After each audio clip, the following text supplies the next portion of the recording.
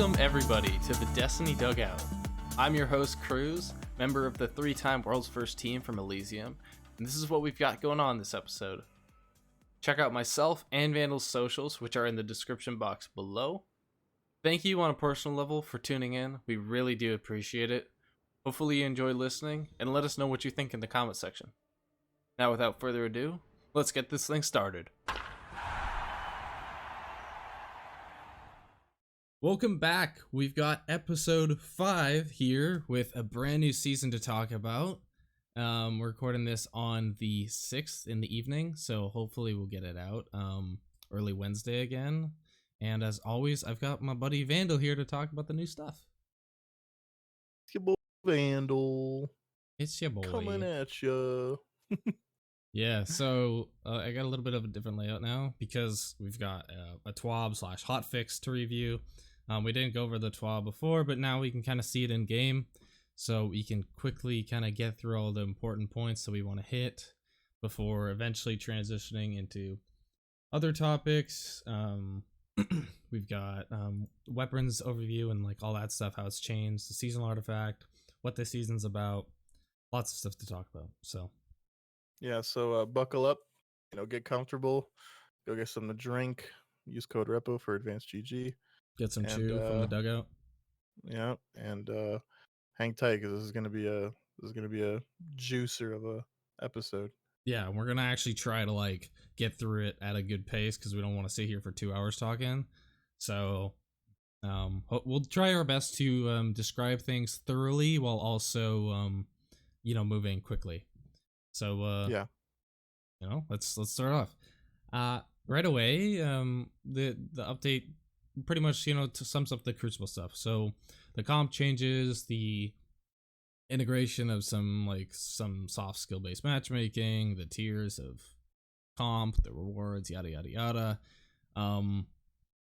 Not really much. I think the coolest thing that I would normally care about is the focusing. At least for me personally, I kind of already have everything I want, but I'm sure there's many people who don't have their Riptide. So I mean, if you've ever wanted to get a Riptide for the next day one, this is the season to grind out some Crucible. Yep, definitely do that. And if Crucible's your thing, Rose, I looked at the roles. It's we're gonna look at it a little bit later. It's a PvP oriented hand cannon. It's specifically to comp right now. It's the only way to get it. I know they did some changes here with removing certain playlists, like Rumble is no longer part of the standard Crucible kind of options. It's part of the rotator now. But other than that, I don't know if there's any more than that. At least I want to say, because I'm not typically a PvP. Yeah, so. PvP, like, I don't know. The only thing I'd say is that if you do want to actually farm out some weapons, try to do a little bit of comp so you can get the multiplier. I'd probably say the sweet spot is 1.3x at plat. I don't think that's probably going to be too hard to get to. I would not care about trying to get an extra 20% by getting Ascendant. I feel like that might be a little annoying to get to. We can't use our Sparrow in Lake of Shadows, when all the blights are there. That's probably the most annoying change they did. Not really sure why. I guess we were going too fast. It was too easy in our normal strike playlist. You know? I mean, we were just flying through it, and to be honest, this isn't really that much of a change. I mean, we still have Eager Edge, so we're still just gonna fly right through. It's gonna be just a little bit slower, but yeah, maybe like some GM speeds would be a little slower if you actually were balls to the wall. But I mean, whatever. 30 seconds, not that big of a deal. Public events. If you ever want your Glimmer farm, about like a 25% increase to Glimmer, so you can go with that. And now we're into the bigger stuff. We got our exotic armor changes. So we got some nerfs to some melee builds here, which is, I mean, to be honest, for me, I'm kind of happy with. Sorry to all you Golgoroth killers and all that stuff, but I personally not really a huge fan. Yeah, exactly. Caretaker, same thing. I don't love the whole combining things that you're not really supposed to by doing a slide melee that you're not really supposed to. I mean, I guess you could argue on the semantics of that. I personally don't believe it's implemented that way, so The Worm God nerf. Same with Winters, Guile, 7.5 multiplier to 3.5. Still gonna be pretty sizable for killing anything that isn't a boss. Like literally, like if you want to one shot a champion, you're still doing that. So And if you're unaware, Winter's Guile, I wouldn't be surprised if people were a little confused as to why this got nerfed when there weren't that many big Warlock melee builds, but there was one with the Solar Snap, and it was completely like unbalanced. It was a yeah, little obviously it was a little bit harder to set up, but you could just keep snapping back to back to back if there's enough ads, and like it was pretty obnoxious if you got it rolling. So this had to go with Worm God, because otherwise, if this didn't get nerfed with Worm God, it would have been the same thing. People would have found a way to do it with Warlock. So yeah. Well, Warlocks don't necessarily have like the same strong melees that really Titan and Hunter have had over the past couple of years. I mean, the fact that Warlocks have something that does the same buff means that there's potential, and it's smart for them to rein in both just in case. Be preventive. mhm. And it's and just because they now work with glaives.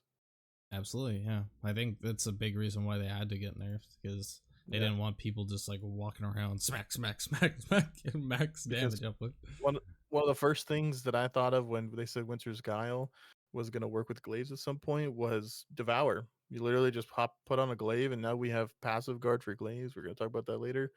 That's just something that I guess they kind of caught before it happened. So, but we can try and let's keep flying, I guess. We got Filato integrated into the game finally. So if you ever just no more Filato mod. Well, actually, it might still be in the game. I have no idea, but you can just toggle it in the settings now, which is nice. Good quality of life thing. Another thing, probably shoot to loot with explosive payload works again. It's not giving you double ammo, but it is functioning with a bigger AOE. So if you are a shoot to loot explosive person, I think for GMs it has some extra benefit there. I've always kind of enjoyed doing that. I think it's a good GM role. Yeah, Drang got a little bit of zoom reduction from 14 to 13. That's PvP related. Same thing with Fuse main ingredient. It's got basically just worse stability now. Um, I haven't done anything with this shotgun change, but I think it's one of the coolest changes they have done by implementing these static like pellet spreads. I think it's I really know cool. a And I lot of like people don't like this, but I really. like it. I'm with I know a lot of people don't like this. I'm pretty sure Salt wasn't very happy about this, for instance. But I think this is very cool because it makes sense. Adding Um, consistency to shotguns is just better for the game. yeah, To be yeah, I honest, agree. if they do suffer, like right now, let's say they're just not killing as much because your ag frames have a massive spread now, um, that gives them reason to be buffed in the future, which I Hmm. think it could happen. But then again, I think shotguns inherently, based off the fact that they can just insta kill at a close range. Destiny's a fast movement game, so anything CQC can happen pretty frequently. They're always going to be good weapon. I maybe Yeah, the frames are different now because precisions are. I don't know, but overall, I think it's a cool change. Um, Glaives, we kind of talked about how they're kind of getting maybe a little too good with melee exotics. Um, Vandal, do you want to talk about your feelings on this? yeah. I mean, glaives. I think the changes here, the exotic armor perks like Syntheseps, Worm God, Winter's Guile, they all work with glaives now, but they reduce the damage against champions, mini bosses, bosses, and vehicles. Majors and minors are the same, but they also reduce the base damage because they work with these exotics now, which to me, I'm not sure I'm entirely happy with that. I mean, because it almost feels like without using these melee exotics, you're at a worse spot than you were before with the glaive. And to me, the glaive has got this weird, just completely missed identity of, am I supposed to use this on yellow bars? Am I supposed to use this to kill red bars? But it's a special weapon when I have a primary.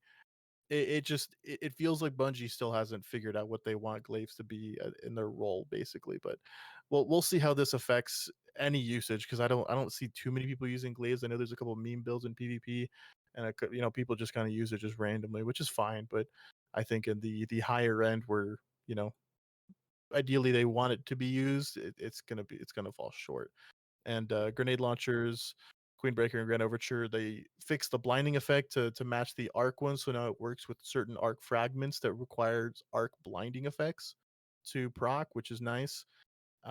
I think there's Rose one got that like gen an orb on yeah, killing a blinded target or something. So now yeah. that counts. Real quick, I just wanted to add with the glaives. I think maybe because they changed like the hit detection and like shooting aspect a little bit to be Mhm. easier, they didn't want to um like do too much like overall buffs PvE wise because I guess they're a little afraid. But I do agree that I just don't think glaives are what people like to use. So I don't know if their numbers are ever going to be really that high unless they became like I don't know, stupid broken somehow. Yeah, exactly. Like it feels lost in the game that is Destiny 2 right now because you have primaries, you have really good SMGs to kill ads, and the glaive is really good at killing ads also, but you have to get right up on them to do it. But you also have this projectile that uses special ammo that does quite a bit of damage, but are you supposed to use it at a range when it's not hit scan and you're supposed to kind of lead your it just feels weird. I'm not sure exactly what they're trying to go for. Personally, I think if they were to do a fix for glaives, I guess, put your thoughts on this in the comments or whatever, but or let me know. I think they should make two different types of glaives. They should make a strictly melee glaive, and it's quick swipes, so you can literally use it to clear trash, kind of just ads and stuff. And then they should make a hard hitting glaive that's for more defensive purposes, but also has a hard hitting projectile.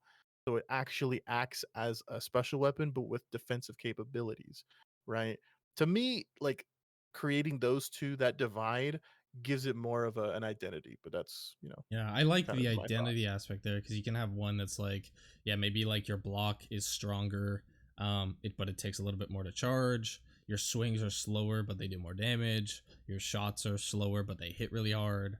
That's your aggressive frame, and then you've got your Mhm. lightweight frame where it's like super fast swipes, one hitting thralls, but I mean you're not going to be able to kill a champion that fast. Um, really fast shield charge, but it's not going to be as strong. Maybe the DR isn't as good. I actually like that. I think that adds a lot more of like an RPG element to Glaze, which to be Yes, honest, I think that's kind of what they're designed around. Like they're almost not designed around a game like Destiny, but more like like a WoW or something like that, exactly. or This it, like a Fable or something like you that. just need a reason to use this thing, and right now there isn't one. Because you could make the argument, oh, you get this really big shield and you can protect yourself, but all you're getting is a really big shield, right? And if you really need a really big shield, unironically, you could just play Titan or just sit in a healing rift. Like the Yeah, with it's resist and everything, it's almost unnecessary. But well, I won't go too far. We might do if you guys really want. We could talk more about glaives and their kind of purpose here in the game. we can do a But glaive rebalancing and discussion. There you go. yeah, I mean, that hey, we that could could we be could something create. interesting. We'll bring out the bleed sword as an Oh exotic glaive, yes. dude. Let's Oh go. yes. That would That be would actually yes. work though, right? A bleed glaive actually wouldn't be Because that you bad. could I do it the actually same would be way down. as like the exotics right now, where you have to like charge it, and then you could consume it, and now your glaives like hits are applying a bleed. If you hit it like Mhm. 5 times while the timer's going down, then it chunks bleed on the enemy. I like come on, Yeah. that's good. That's Yeah. No, I agree. what isn't Or good like is air assault. yeah. it, they're Like they're that's they're trying to make uh, it better by getting like, oh, if you get an airborne kill, now it's even better. It's no, no, aerosol was a meme from day one. From Black when it came in Black Armory, and it's only ever going to be a meme. There is it's gotten no worse. It's gotten more chance. memey. Yeah, there's no chance, but we'll talk about that on another episode. So Yeah, Rose came back and they altered the stats a little bit as per the new intrinsic frame that it has, and yeah. It's it's a 140 now copper instead of ward. 150, so that's Yeah, why they had to change it. But it still does have a little bit more of like a 150 characteristic from what they wanted to design with it. Um, I said that we just got a lot of perks to talk about. and we're just gonna kind of zoom through this a little bit here. But the weapon mods to start Dragonfly Rampage Surrounded, they don't need their mods on their weapons to get the full benefit. Now they're just intrinsic, which is a huge change in my opinion. This is really good. This should have happened a year, possibly 2 years ago. Those mods were just bloated in the mod system and whatnot. And so this is great. Air Having to assault, sacrifice 7% minor damage just so that your perk was better, yeah, sucked. So yeah, it changing was it, awful. yeah. Air assault, good one. Head seeker. I mean, I guess it just increases your precision multiplier and aim assist. I honestly, if you're using this perk, Still weird. I don't know. This perk is just not it. Yeah. Encore, they reworked Encore, which I think this is a good change. It's not an insane perk, but this is the change that it needed. Stacks grant increased stability, range, and accuracy per stack. And it looks like it lasts 7 seconds. Final blows refresh the timer, maximum of 4 stacks. So this is just like it just makes your gun feel better the more kills you get. So you want it on a I primary. think of this as a Encore is the stat version of Rampage, where the more kills, the more effect you're gonna Yes. get. Yes. And instead of having this bounce back and forth based off stability and range, it's now just applying everything for a kill, and then the more kills you get, the more effective you get. I don't know if this really has much effect on PvP because it's not like you're chaining 4 kills together. Yeah. But 7 seconds is a decent amount of time to where like you could. So they might have to increase it later, but you know, it's not bad. Pretty much this feels probably really good on like a Hawkeye auto or like a 900 machine gun. I mean, if you get it, use it and it feels good, keep using it. If you don't care, then I mean, it is what it is. Yeah. Seraph rounds pretty much just got a little bit of a nerf because ricochet rounds were just worse version, but now that it's on more, you know, they're bringing it back, they want to tune it down. Tunnel vision kill clip, I like this type of change and I understand the nerf, but it is kind of surprising that this is a tried and true PvP since like day one. It's been like this, pretty much, of just getting 33% on a reload after a kill. Now it's 25, but you can refresh it. In my opinion, I think this completely kills multi-kill clip. You should never get multi-kill clip unless you average 3 kills per reload, but you never would. So just kill clip. Your odds are like way higher. Actually, tell you what, multi-kill clip, if you can get it on a gun that has a volt shot, then maybe. I want to say it works with it. Then maybe, but unless that, kill clip is just better. Mm-hmm. Kill clip is honestly, in my opinion, moved a lot of spaces up to a default damage perk simply because of this change. I think it's great in PvE now. Like I've always kind of been like a little iffy on kill clip in PvE because of the refresh. It's like I don't want to have to think about reloading at a certain time. Like just get a kill, reload, get 2 kills, reload, shoot, reload. It's way more just passive, and you're just always gonna have this benefit. So I think like hand cannon's gonna be like one of the best things if they ever become a little bit better. Redirection. I don't really like this change, but it's essentially just anything that's red is now going to build to anything that's orange or yellow. So instead of you, real quick, instead of you shooting like a red thrall and then a red knight where you get the benefit, now you'd have to shoot the red knight, the red thrall to shoot a yellow knight. If this works how it used to, this perk is still dead. And by that I mean you only stack up to 20, and each bullet when you're at 20 stacks consumes 5, and it only increases the damage by like 30% or something. Yeah, so it's not a huge number. You get 4 bullets, and by the way, this can so far as I know can only appear on Trusty and Posterity, and both of those are the typically low damage, high rate of fire frames. It doesn't make sense. Meaning their bullets are already very low damage, like a 120.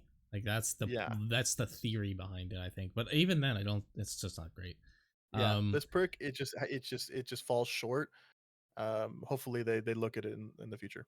Yeah, they give it like more stacks or like reduce like the amount of stacks it consumes, and then I think it's at least considerable. For any, you know, it's nice to have a primary that can kind of kill higher things. So I think like that theory is behind the design is good.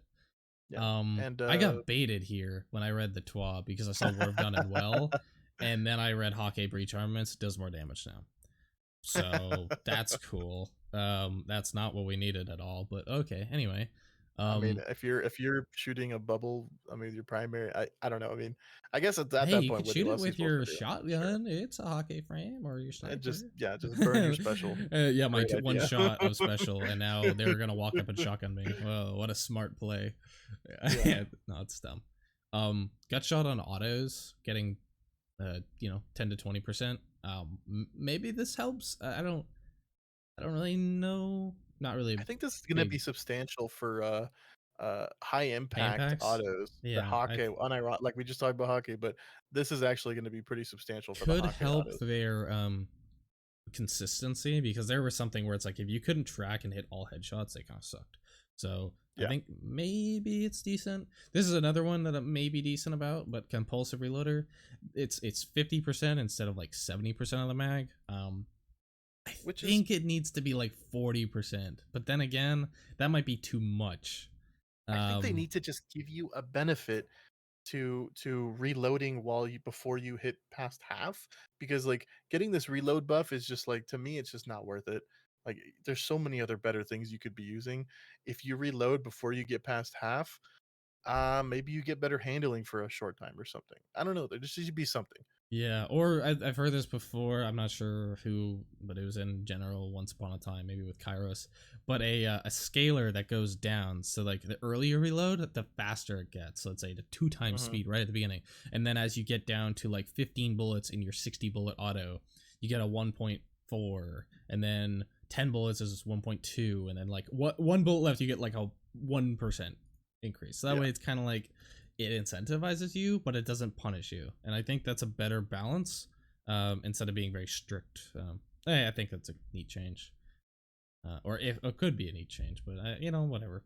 Half, maybe considerable, maybe not. Intrinsic perk, high impact frame, whatever. Who cares? I'm not even gonna go over it. You can read it if you want. It's on screen. Ambitious. I think this is just an even better buff to it. It was already really good. I This loved is it on nuts. add clear base weapons, and now you This have is even more nuts. time. You have 2 more seconds now to get like that second or third or fourth kill to get that increased ammo. Gonna be amazing. Even better. I love Ambitious on this on primaries. anything with a good reload. Literally. It's awesome. This is an insane buff to Ambitious Assassin after they already buffed it. I mean, primaries last season was the SMG had it.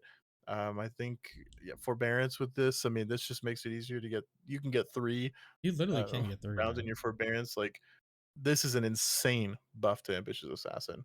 Um, Well-rounded duration increase from 10 seconds to 15 seconds. Stacking the effect will reset the timer. I guess recombination, fix the perk Yeah. to work correctly in PvP. I didn't even know it was bugged, to be completely honest. Grants up to 100% bonus damage at max stacks in PvE. This is cool. I mean, we're getting the DSC weapons back in crafted versions, so this is really nice to have. Zen moment no longer deactivates on a miss. I didn't know that, even know that was a thing. Now has a 1 second timer. Great. You know, Recom, just for clarification for anyone who didn't know, the shotgun had slightly more.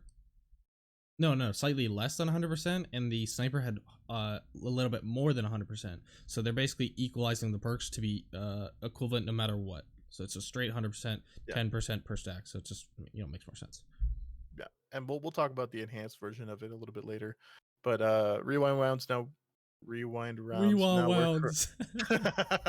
now work correctly when hitting the KH created by Divinity, which this is Yay, it's crazy. good I for mean, Praetus, but I mean we're not yeah, gonna use Praetus, so it's okay. Genesis now triggers on breaking player shields.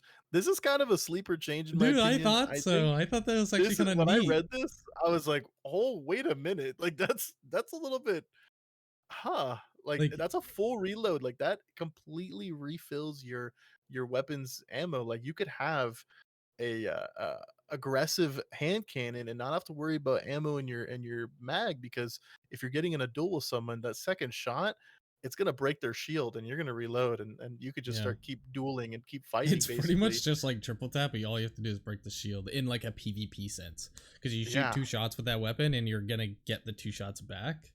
Then you Oh spend yeah. a third to kill, and then you're only down 1 bullet. You spent essentially 1 bullet to get the kill. So Yeah. you should be able to multi-kill with Genesis if you do want to think about that. I think it's a cool change, but it probably won't. Especially getting like an aggressive hand cannon with Rampage. Like a lot Hmm. of the times you run out, because you have to reload. Now, no downtime there. Less at least less downtime, but you know, moving on, one quiet moment now reactivates much faster after final blow. That's the Gun and run. crucible thingy, so you can like Yeah. reload faster. It's whatever. Gun and run is the gambit perk, reduce the number of final blows needed to activate. This perk needs more help than this, but this is a Yeah, good what do start. you get? You get like what, handling and movement speed or something like that? Yeah, you get some like movement speed. It's Well, not who it's not a cares? whole lot. It's eh. Yeah, give Box something breathing, more. reduced damage bonus on sky rifles by 5%. This is to prevent or to lower the chances of getting three tapped by a scout in PvP, which most people weren't doing, but I guess they Yeah, needed I to think it's a address it. very strange thing considering I think it was only one, like what, 180s with box breathing from what I remember. Like you could basically do the not forgotten thing, but it's very Yeah. difficult because you got to hit that first shot as a headshot and then Yeah, I follow mean up you're with two more. Like I don't know. I you're don't think using it a needed to be scout nerfed, also. but either way, Unstoppable force, reduced damage bonus from 30% to 20. This is also a PvP change because what you would do is you would run the glaive in PvP, get your energy, and then by blocking, your projectile becomes like insanely strong. So you could just one projectile melee someone. It was yeah, a really fast time to kill. So this is just to prevent that PvP. 1-2 it was a punch big change one. is huge. Reduce the melee damage bonus from 3x to 2x versus most enemies with unpowered melees, and from 1.8x to 1.4x versus most enemies with the charged melee, and then to reduce it even further against bosses. So this effectively puts the nail in the coffin to shield bash with worm gods, in my opinion, because this was one of the Absolutely. big drivers in creating that big hit with the shield bash. I mean, the Worm Gods goes really high, but the 1-2 punch was really what kind of sent it over. And so with the Worm God change, they probably could have killed it, but this really This got rid really of the drove build. it home because like if you didn't, like you're already getting like a 20% reduction with your charge melee now. You're getting essentially half the benefit against the bosses. You're getting half the benefit with Worm God pretty much. These are significant cuts. Um yeah, maybe you can do it, but it's not nearly as like effective.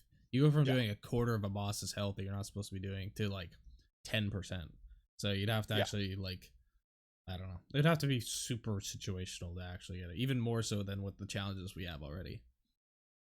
Enhanced perks, Yeah, they you can just just fly through these. You can just get through yeah, them.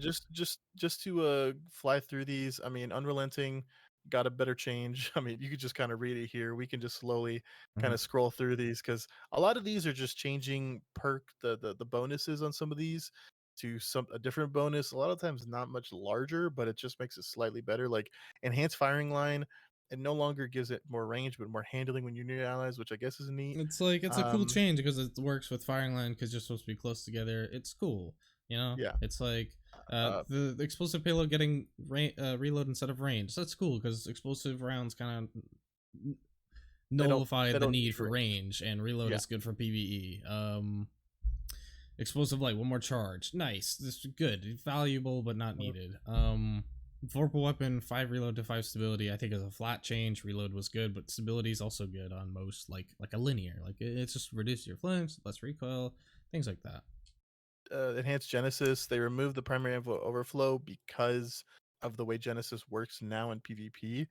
Um, I'm almost positive that's why they had to do this, and now it just Yeah, provides you didn't handling. literally want infinite ammo in PvP. Yeah. That would genuinely be a little too strong, even for um, Genesis. Flash counter. This is neat. I mean, we only have one sword, one thing that can get it right now, so this is okay. Uh, Chain reaction. I guess they just needed to specify how it works with swords specifically. And then obviously enhanced ambitious assassin just has more time. So ambitious enhance went from 5 to 6. So now that it's 7, it's going from 7 to 8. Right, so it's That's kind of getting huge. that. It's essentially not really getting like a buff, but it's just applying the exact same increase that it used to. Hmm.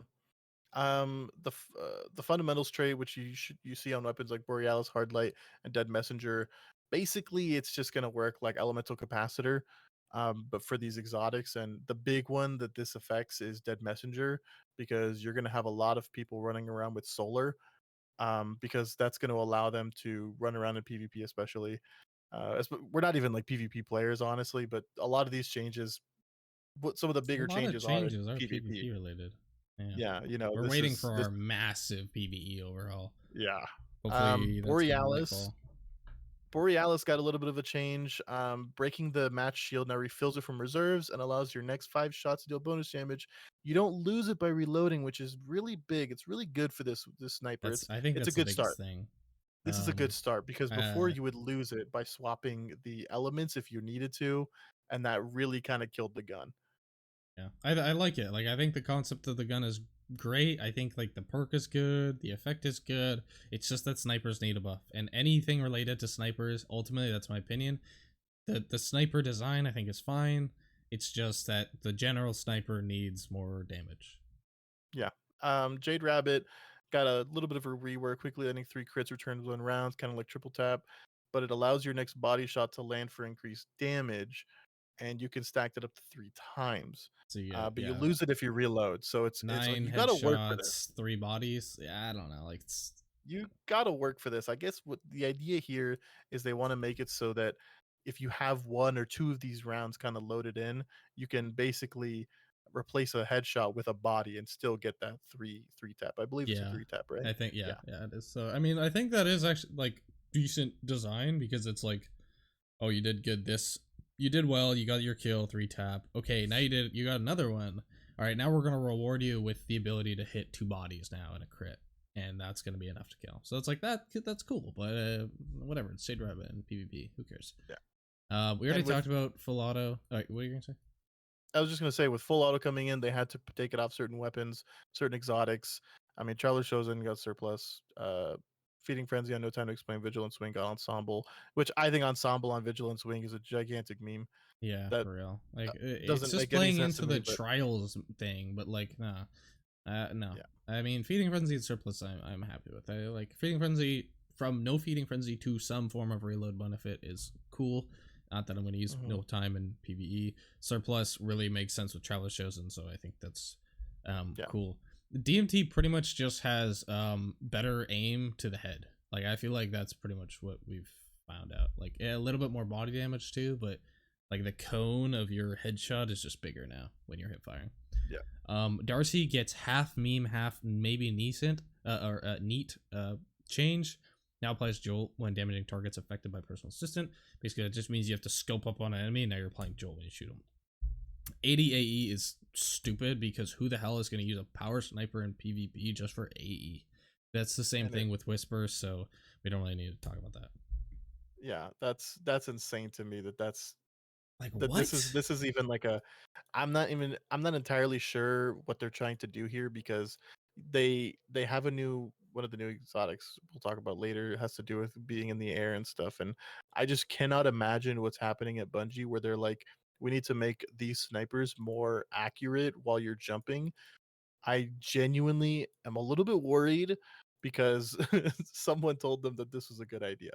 But Like what? Like, just why is it so high? Why am I going to use that when I can just jump in the air with a ward cliff and do the exact same thing and kill the entire team? Oh, I cannot even begin to if imagine, these especially are even in PvE specials, too. I know, like, What we always like talk about this weird special heavy change thing with these weapons, but if they were like exotic snipers, if they had just higher base AE because they're exotic, that is acceptable to me. Maybe they don't get 80, maybe they get 40 or 50, but like still, it's very strange. Wishender's changes. I didn't know that it did this with Witherhoard, but now it just basically does more damage to Witherhoarded targets. I remember seeing something about this a while back, and I think this is very cool. There is a niche kind of strategy you can do here, especially with the weekend breach and clear. Basically you just have, let's say in a GM or whatever activity you're doing, you stick them with Witherhoard, and you have everybody run Wishender, and they get weekend and the 25% from Wishender. Wishender actually hits for the same amount as an aggressive sniper, if I remember correctly. Yeah. So it actually hits really hard, and it's a primary, super easy to use. This I would not be surprised It's a good to GM see combo. this. I would not be surprised to see this as like almost a GM kind of staple, like a strategy, just a casual, like looking for group type strategy where there's kind of low effort. You don't need to really get any crazy strategies It's going. kind of funny This because it's just like it's like a div replacement. It's like, oh, I got Witherhoard instead of div. Okay, yeah, I'll use Wish Ender so I get the benefit. And yeah, it's cool. I like it. yeah. It's just I didn't really even know that I had that. I knew something with like malfeasance before, but that was a while ago. Prospector chain reaction. They wanted to give it more ad clear, but it's not an ad clear weapon. So honestly, I don't think it'll make it any better. Prospector needs so much help. It's like get rid of the sticky nades effect. Like who cares? They should have just given it full court. For real. Fulgor and Spike and Field Fourth Prep. Horseman got decreased This recoil by 50%. this recoil change is this big. wild. Yeah, Yeah, Kairos used it earlier, and it doesn't have recoil anymore. Yeah, At like least on this MNK. actually makes Fourth Horseman usable. Like it's before it was usable, but it was really annoying. Like it just wasn't worth it. But now this actually makes it really easy to keep on target and then keep that damage buff rolling. But probably one Earlier, of go ahead. I just think like I would trade the extra bullet we got for an auto loading Oh catalyst, yeah, because the auto loading, I would love this thing. It would be awesome. It would be like or dual super big loader. burst. Maybe A enhanced special. dual loader. Okay, how about a special dual loader where it's not terrible? Yeah, maybe like a little fast. I don't know. Dual loader, I just think should get a little faster reload, but But just real quick, just side topic. Imagine Fourth yeah. Horseman with overflow. I mean, that's pretty much what we saw with that hand cannon from Solstice. 16 shots, boom, boom, boom, boom, boom, boom, boom, boom, like That's insane. instant make. Probably one of the biggest changes to weapons, specifically exotic weapons, is the Forerunner buff. This thing is crazy. It's Its awesome. ammo economy is awesome. Its damage is now awesome. I mean, you could throw a little grenade and it does pretty solid damage. The grenade's actually like a good grenade now. It's worth considering losing 4 bullets, especially in PvE when you have like 72 in the mat or in the in reserves or in total. Yeah, I mean this change is big. I would not be surprised to see Forerunner enter a lot of different loadouts, because this thing it's super easy to use. Like the crosshair is massive. Like it has like It's so turbo easy to aim hit. assist. It headshots. Like It's crazy. It's so like it's insane. it's unreal. And so I would not be surprised to see this get a lot of use. Maybe even in the new dungeon and possibly in the day one. Yeah, I think there is like legitimate like I just think Forerunner and Forbearance, the 4 combo, is a potential situational upgrade to the RB Forbearance combo that we've been running for a while. Yeah. Just because sure, Forerunner won't necessarily be as versatile as like the sniper, but it is gonna be a lot more versatile when just using to clear enemies, because you literally can just go around one-shotting red bars if you want to. It has so much ammo that it's not terrible to do. You can then do that and use the grenade, and now you have a form of like group ad clear combined with Forbearance. I actually think it's like a pretty good selection. I don't necessarily think if there's a boss we're gonna use that over RB, just because RB's total damage is still higher. But very good change, and definitely gonna be seeing a lot more in PvE going forward. Yeah. Merciless decrease the charge time on hit, no longer resets on kill or on reload, which is a good start for Merciless. This is a very good start. I think it still needs more help. Possibly some way to overflow the magazine so that you don't have to reload at all. But the fact that you can kind of burst into something, reload, and then keep bursting because you'll reload before that 5-second timer. This is a good start. This is a good change. I feel like you burn ammo like crazy now, which is probably a big issue that it has now. And they are very afraid of this weapon becoming like the year 1 DPS king that it was. But like I don't know, man. It's crazy to think that they're afraid of like a D1 meta, considering how the game has evolved. But like I feel like that's why because they're not touching the damage. They killed the damage like last year, and I don't know if they want to change it at all based off these changes. And for people that don't know, when Merciless actually increases its rate of fire, it actually changes the frame as it speeds up, which means it actually does less damage the faster it shoots. Yeah, I mean, like you get more DPS, but ultimately you're just ripping through ammo now. with a like 300 millisecond charge on a rapid fire. So, Yeah. it's I mean it's decent, and I like the fact that I think you can chain like orange bar kill to orange bar kill to something like that. But it's like I said, I think a little bit more help. Maybe I think if numbers don't necessarily increase it by Lightfall, we could see maybe a small change to it, like It, it 5%, 10%. I don't see why it doesn't just put a burn. Just put a little burn. To me that just kind of, it's not gonna like fix the gun, but maybe give it incandescent I or was just literally about to say, like, you could just have it apply scorch based off bursts with yeah, like increased have it, rapid yeah, fire rate, and then and that then way you make it could have like an explosion. after six hits on like a boss or 5 hits, it ignites. You have a guaranteed ignite right there. Like that would give this gun some kind of purpose, Yeah, because then right? you could like shoot a big thing and explode little things around it, and now you've And then got you a can weapon that's build, based around burst damage on a single target. yeah, and you could build around ignites in your fragments and stuff, which would be really nice. Because Why right don't now, we work at Bungie? We've already because thought of better ideas. This isn't the first time either.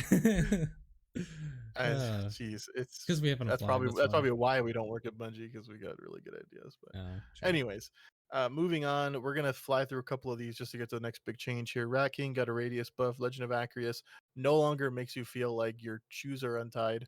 That's good. Bastion. That's good. Bastion reduced the spread angle. They realized that you They know didn't need to kill it that hard in yeah, PvP. but they still left it a little bit dead. Nice. Yeah, it's Quicksilver Storm. They increased the damage of the grenade. I don't think I've ever seen anyone use this thing. And then switch the rocket damage from arc to kinetic. Kind I'm of pretty a sure for that's the they have the catalyst coming, and it's gonna have to base around like a kinetic rocket. yeah, And if it was arc, it wouldn't work. So I'm pretty sure that's why they changed it. that's fine.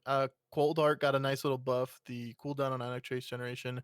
They want people to use this thing with Arc 3.0, but they don't realize that trace rifles aren't it. Like they're just not it. A lot of them are just kind of. It almost feels like the Glaive scenario where their identity is a little bit lost. But we Yeah, could talk they about that they another want to day be a special ad clear, but there's just better, higher damage output versions of for it. less So effort, for so yeah, much less effort. I think the thing that's Um, cool about it is the ionic traces giving like the max damage or reducing the time it takes. Because essentially you could shoot something, you get the ionic trace pretty much instantly, and you're from shooting the enemy and picking it up, you're gonna be at max damage. So your damage output could be a little faster now, this which is this could cool. But also have a unique interaction with Warlocks and their new Ionic Trace helmet that they got last season.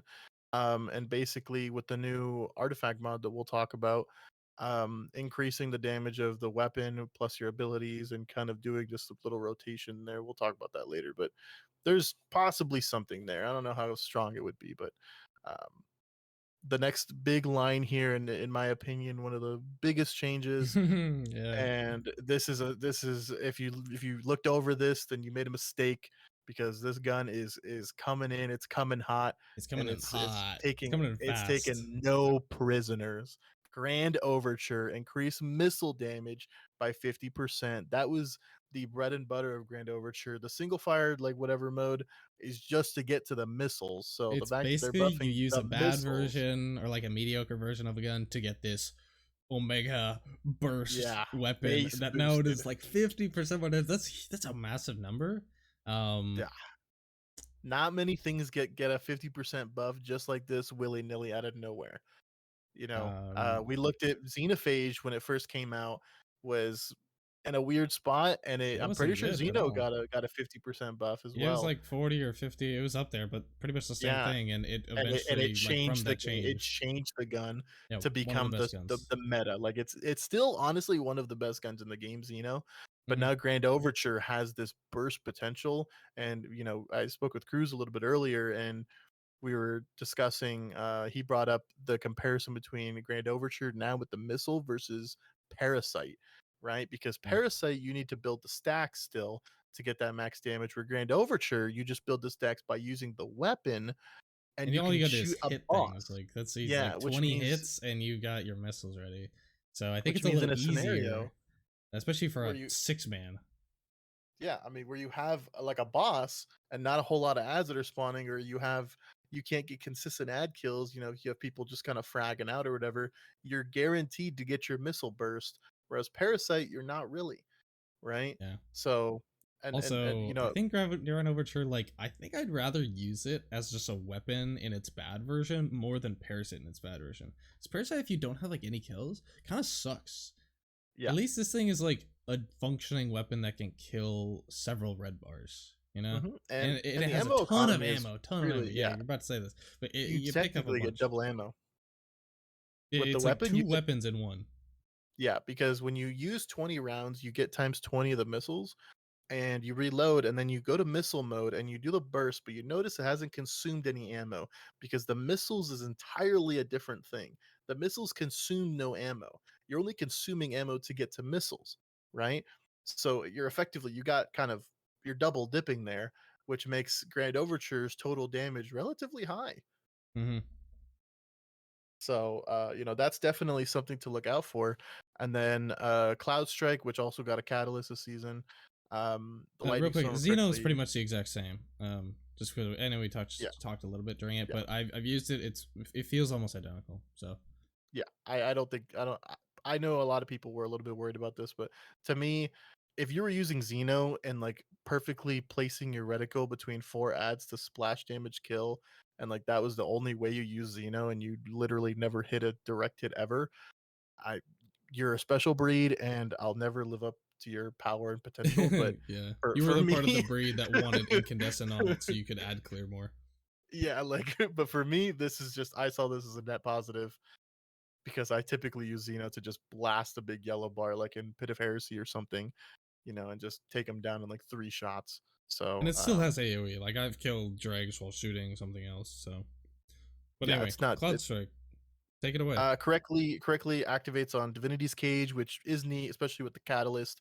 It's going to do a lot of damage. We're probably going to do some testing internally, and you know, probably you might want to check the big weapon spreadsheet Yeah, that because it'll has all get the damage updated values and too. stuff. It does have a new catalyst. Just to preview because we're talking about the weapon. It has triple tap, so basically just a little bit more efficient with ammo, and that'll proc an extra lightning storm as well. So while I don't think it's good, the same reason I said that Borealis isn't good enough, snipers just aren't good enough. Yeah, If snipers ever this get will a change though, I think it's awesome. take its total a little bit higher for sure. It'll be you know, less trolling if you're using it. We'll say that. You know, you're not taking this into anything serious, but you can actually use it, and with triple tap, it's actually going to be pretty fun, I think. Wither Horde reduce the taken blight duration from 7.5 to 4.5 seconds.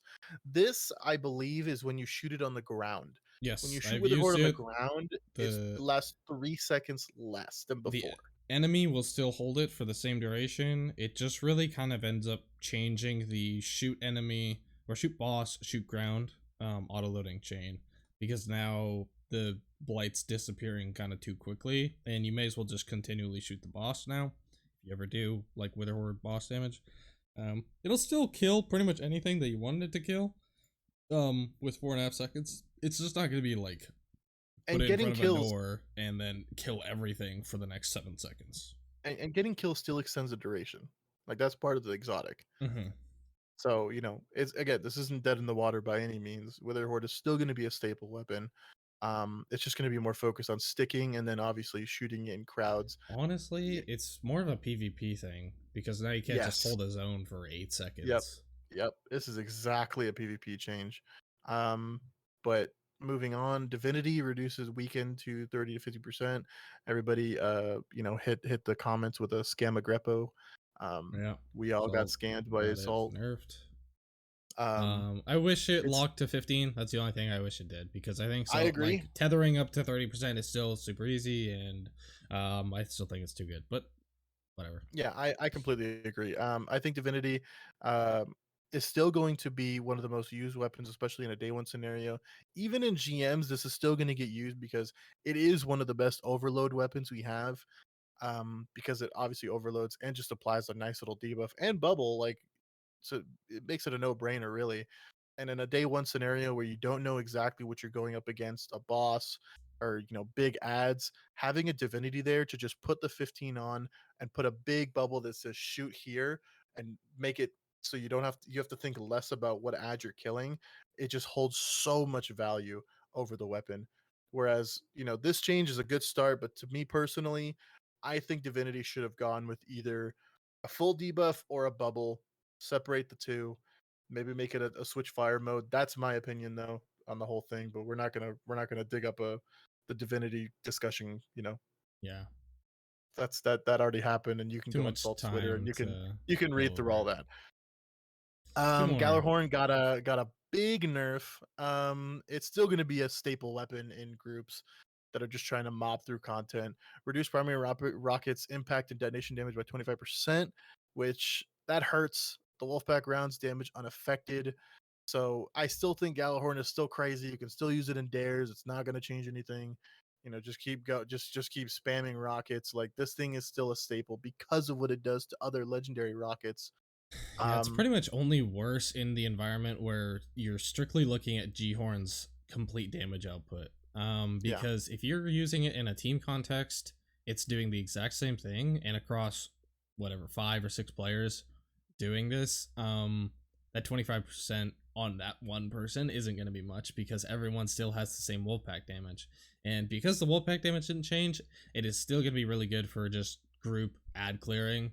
The Wolfpack is hmm what's doing a lot of like the straggler stuff. That, I mean, your rocket's still gonna be able to kill most things. So it's really just like the single aspect of in VOG, like the boss wyvern spawns. You're just Yeah. doing a little bit less damage to that. That's the only situation it's really worse, which is fine because of already how good it is at buffing other rockets. I think that's a Yeah. fair trade off. Still one of the best weapons in the game. Yeah. And to finish it out, Arbalest has reduced body shot damage to match Lorentz driver. I feel like this is just a PvP change again. Yeah, PvE, or if you're missing crits, you are already mad because Yeah, linears have like no body damage unless it's unless you're using sleeper. sleeper. Yeah. Yeah. But and that's pretty much that's all the exotics that we got changed Yeah, with a lot of this big stuff latest getting through. season.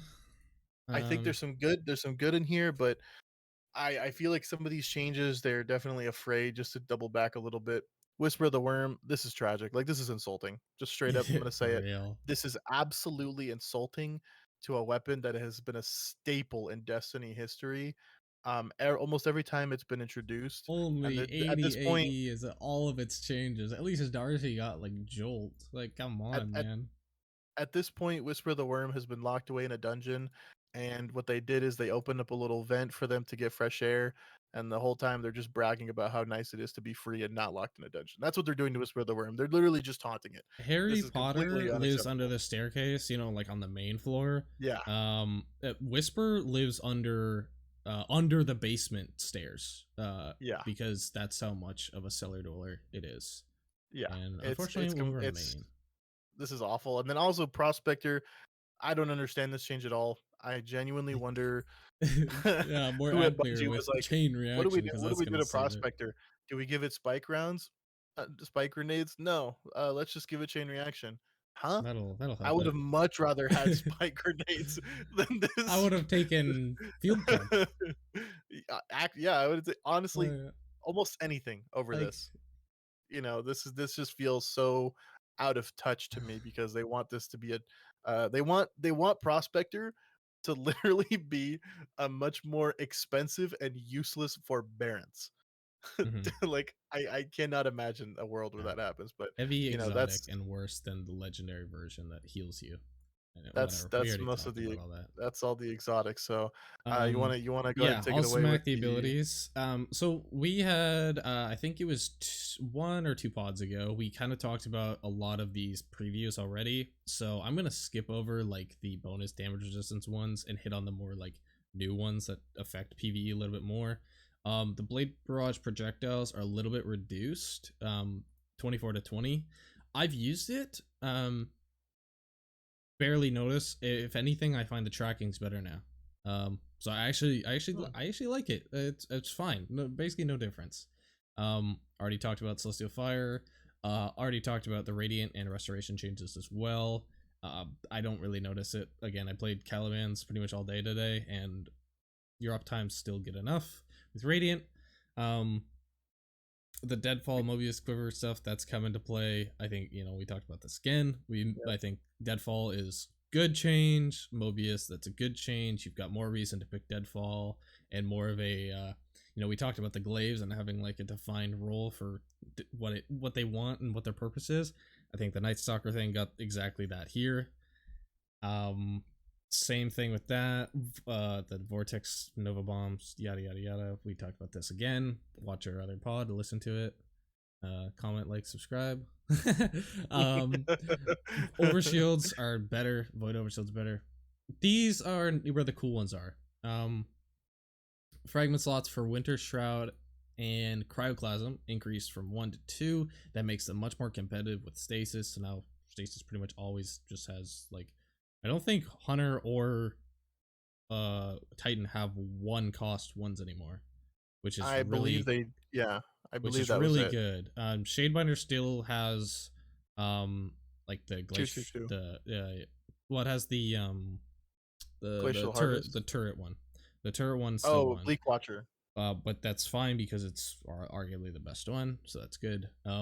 You were really big on Cryoclasm. I initially was really big on Winter Shroud just because when I first played Hunter, I loved the dodge slow. So yeah. But I mean, as a Behemoth Titan, I love the Cryoclasm thing because with Hoarfrost, it's going to be even better. We almost went off the edge with how much we love it. Last time we talked about this, but I'm excited to use it because I'm gonna pop down a shield and literally just slide into it and just use it offensively now. And it's a free grenade. It's awesome. It actually makes it easier to run the tracking stasis shards now with Titan. Yeah, because you're breaking them easier, so you're gonna have them more often. You're gonna be moving around more. You get more effectiveness from it. Yeah, so that's gonna be a big one. Cold snaps are a little better. Dust fields are a little better in PvP. Generally, we talked about all of these as well. Tempest Strike, we both like it, and it's getting 30% more. Awesome. Ballistic Slam, it's getting 16%, and you're still gonna die jumping into a group of ads. Yep, needs a Jolter blind on hit. Yeah, I think the blind would be amazing, because then you have that safety, and you also have like an applicator of another verb, right? Because we're all about these verbs. Talked about this again, but this is an important thing. The Stormnade Titans are a little bit weaker, more of a PvP change, still going to be really good for damage output in PvE because of Heart of Inmost Light. Your timer is just like, you'll be throwing the nades pretty much every I don't know, like 8 seconds anyway, so doesn't really change that much. Ball Lightning travels super fast and far now. Chain Lightning does a lot more damage. I want to mess around. I want to mess around when it's amped because then it's got a better jolt and chaining abilities. Yep. And 50% means that it actually can like maybe kill some like slightly beefier enemies like knights if they're like half health. So that's cool. Yeah. Arc Souls, Kairos was walking around with them earlier. They hit pretty hard now. Honestly, I'm not quite sold. I need to use it in like a master content thing, but I do think they're actually pretty good now. They're pretty good. That's good to hear. I had faith. Mary had faith as well. 35 to 60, it's big, especially when considering the fact that it used to be 25 with a slightly faster fire rate. Now it's 60 with a slightly lower fire rate, but that's over double the damage from what it was like 2 changes ago, which is crazy. Like they're over twice as good. And then if you count in the amplified fire rate, like they're genuinely really good. These kind of changes don't happen very often where Bungie just cranks something up like this. This is the same as like Grand Overture, which again is like rare, but it's awesome having these vast changes because it means we can like mess around with this. Like I'm genuinely going to use Arc Souls, and I've never used Dark Souls. I mean literally never, unless I had to play bottom trade. Like I use Dark Souls when I've never used it. I use Dark Souls when I'm doing an activity and I kind of want to slightly AFK. Well, you can literally AFK now because you can give it to your teammates, and I don't know, you can either run Getaway Artist or like Stag and have more uptime, and it's awesome. These are some small changes, power progression, focusing, dares. We don't really care about this. Destination materials are basically going to be gone from the game. Cool. Excuse me. What are the things? Vendors, who cares? Ghost mods, who really cares? Yeah. A change Platform. that happened at the beginning of the TWAB. The armor from what 2-3 seasons ago that lost your seasonal artifact Yeah, slot because you had somebody slotted, it got fixed. They fixed it 2 seasons later.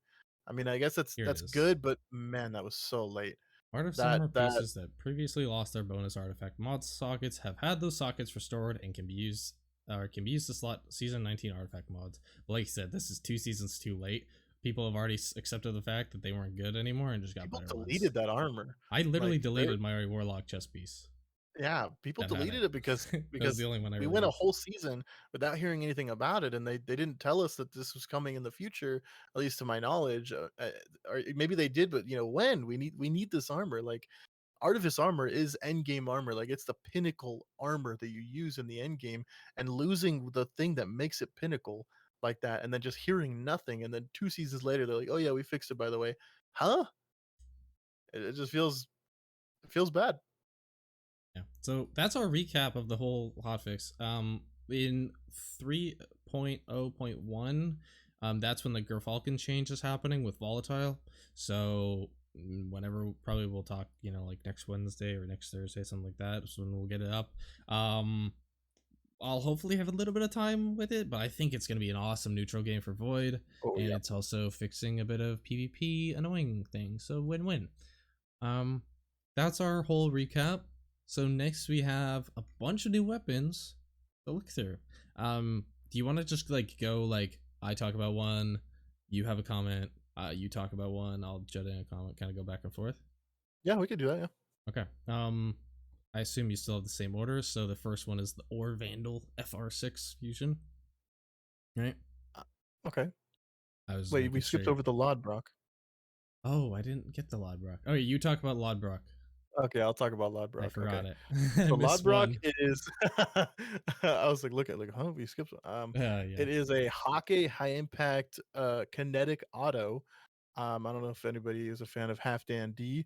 This is basically the same thing, or the Gambit auto the name escapes me, but it's green. This thing Ring stasis. it's in a kind of a forgotten category here personally. You have to really like these autos to use them. The only thing I say this thing has going for it is the target lock perk that it has.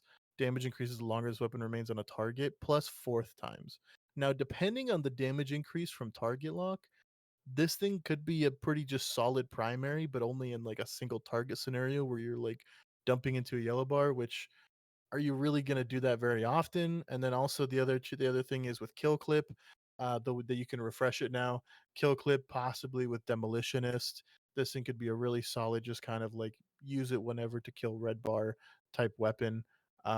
But this frame definitely the high impact frame autos definitely need help. Don't worry, bro. They Um, got stability. it, They're better now. They're there you go. fixed. That's it. They're They're done. fixed. Fixed. New recluse. Demo Recluse kill clip 2.0. is real. Like that is a for me that's almost like a new version of demo one for all in terms of how good it is. Like I Mhm. don't know. I think it's gonna be super Especially on sick. this thing has very high single bullet damage. Like each bullet does a lot of damage. So, you're gonna get a lot of value out of that kill clip um And on easier to ads hit because shots because it's shooting slower, right? So you can just click yeah. almost like heads. So Maybe if I get um lucky, I'll mess with it. and it has if you like some PvP, I mean it has tap the trigger and dynamic sway, which I would say are the two best perks for this thing because typically these autos they kind of jump around a little bit when you shoot them. Yeah, the Just more a laser tiny bit. beamy and auto can be generally the better. So I Yeah. agree with that. Especially this one. So you want to hit the next one? Yeah, or Vandal. High impact fusion stasis. High impact is the thing that makes it suck. Because if it wasn't, if it was literally like if it was the 600 charge or the rapid fire charge, oh my goodness, because it has reconstruction and choke clip. That is like, oh, That's like if the god like bro, perks right like there. but because of its high impact, like no, just go for Riptide. Go for Riptide. That's better. Yep. That's I it. mean, unless you really like high impacts. Yeah. Um, Rose has a lot of PvP perks, like we talked about earlier. Yeah, a lot of They made PvP it perks. a they made it a 140 It has a special textured, kind of grip. The grip you can pick from also, um, in the weapon along with the two columns. In my opinion, this all comes down to preference because you can make the argument for slide shot, Eye of the Storm. You can make an argument for quick draw opening. I mean, explosive payload, like elemental. Like you can make the argument for a lot of these like per combos. Yeah, I mean, you could It's go really just elemental and void and have a super like unflinching like hand cannon. Like you just yeah, 20 stability just it's permanently is awesome. it's entirely based on your playstyle and what you find good. So just and typically if you're getting this gun, you're playing a lot of comp. So which I probably won't even touch comp if I'm being honest, but we'll keep going. Yeah. It also has pretty high stats. Pretty much better than Palindrome if you wanted a reference. Disparity. This was one. Actually, you talked about this. You liked how it looked. I'll let you talk about this. This pulse looks freaking awesome. I don't know if any of you guys are older than the age of 25, but if you notice the barrel of the gun kind of looks like the back of Anakin's pod racer Oh from yeah, Star Wars.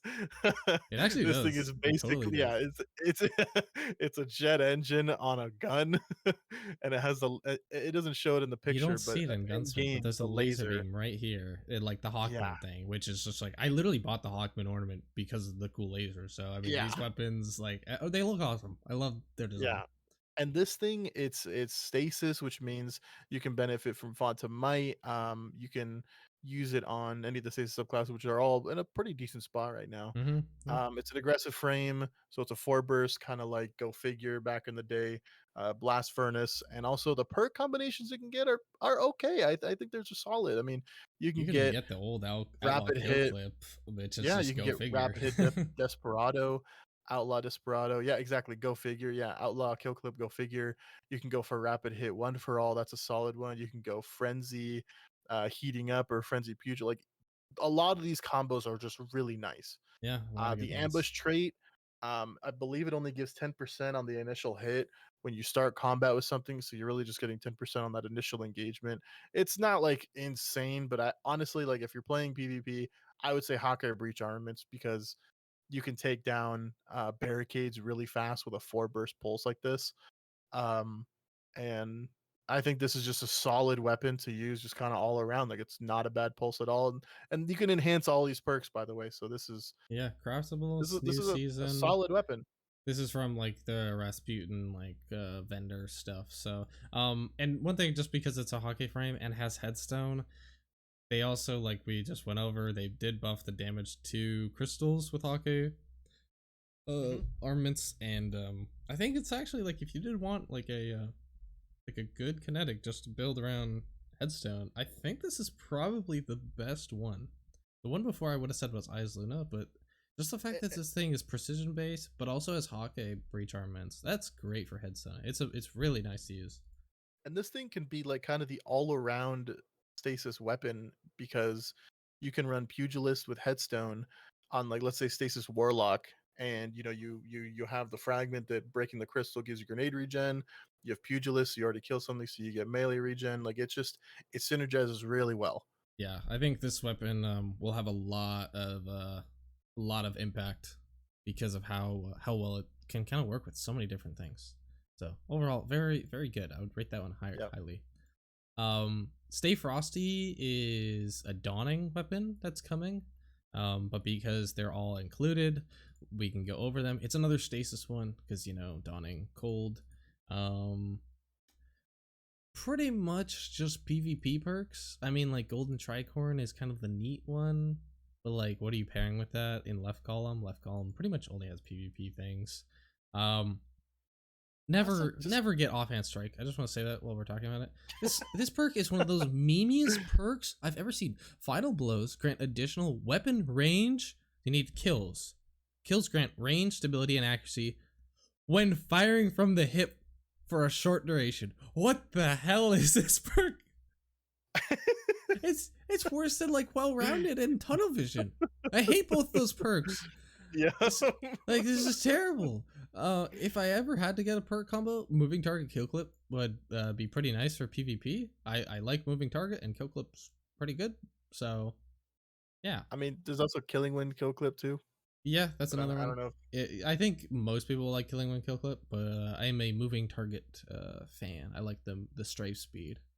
I Um, will say though, Tricorn as a perk is nice, not on stasis, because of the way no, stasis works. It's very, you very, can't get very kills with like the difficult. ability. Your freezes Yeah, don't count as kills, right? So it's yeah, not it's bleh. very difficult to get it rolling with a stasis. Icky. Um, Next so one. moving on, we're going to the Hung Jury SR4 Adept.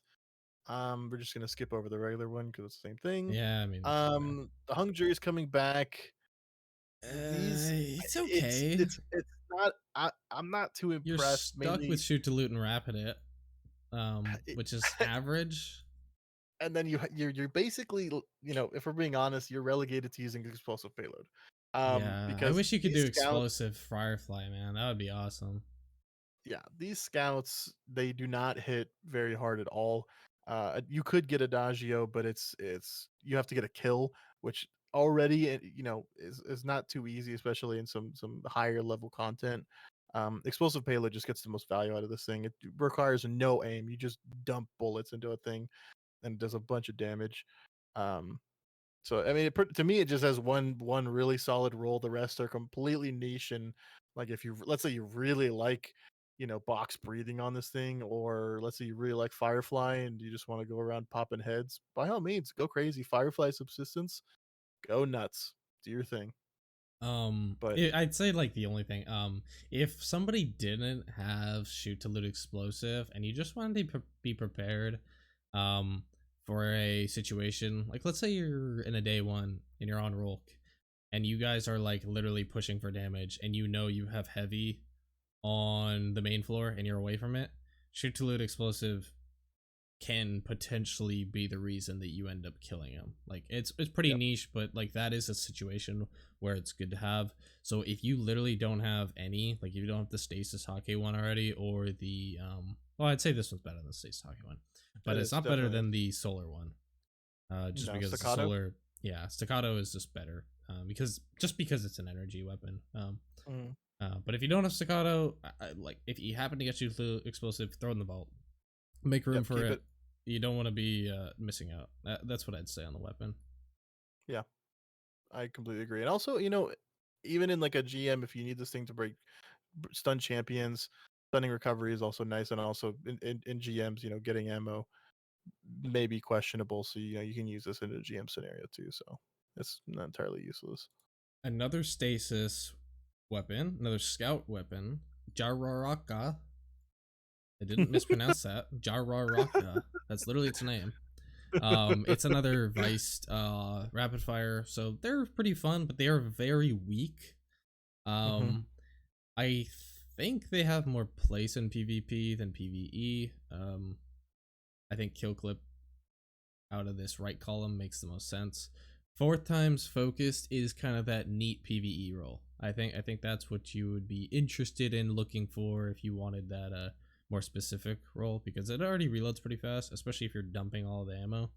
And Hmm. yeah, I did like what else are you using? Like I don't know. I Why mean, is there hipfire? Why is there hipfire grip on? Why is there why? Hipfire and gutshot straight is the weirdest perk combo that you could get, and I don't know. I was gonna actually bring up Gutshot. I think that this could have a place with. I'm not sure perfect float. I mean, perfect float on paper and PvP is like, depending on how long it takes, it could be okay. But I think you just probably go perpetual Gutshot, and you just go around, and like with Gutshot, you're no longer really relegated to just like going for those perfect headshots. You just start dumping ammo into people, and it could be okay. Like, this thing isn't gonna, it's not gonna change the game or anything. It's not gonna be like a world beater or anything. But No, this is definitely it not a could be meta all right. weapon, but I mean, if you want to have No, some fun with it, I think you can. That's what I'll say on it. yeah, you could, yeah, like you said, fourth times focused. It's kind of like that kind of meme combo a little bit there. But honestly, if you get kill clip on this thing, and as long as whatever on the left isn't hip fire, that's okay. Yeah, hipfire is no, I don't know, man. Unless you literally want to barrel stuff people, hipfire gutshot. I don't know. So the next one we have Cold Front, also from the Dawning. This one's staying a kinetic though, and it's bringing back some of the old perks that it has. I believe one of the newer ones is Unrelenting, and I believe Air Assault's also new on this. Um, Yep. but in my Frenzy opinion, and Cascade, Gut Shot. I think even Rangefinder's new. We used to have Under Cascade Pressure. Cascade is not it. This perk is just not it. Like the fact that it requires It's so sustained precision strange. hits There's or a one final weapon that I blow. thought maybe it has sense, that I'll talk about once we get to it, This but it's weird.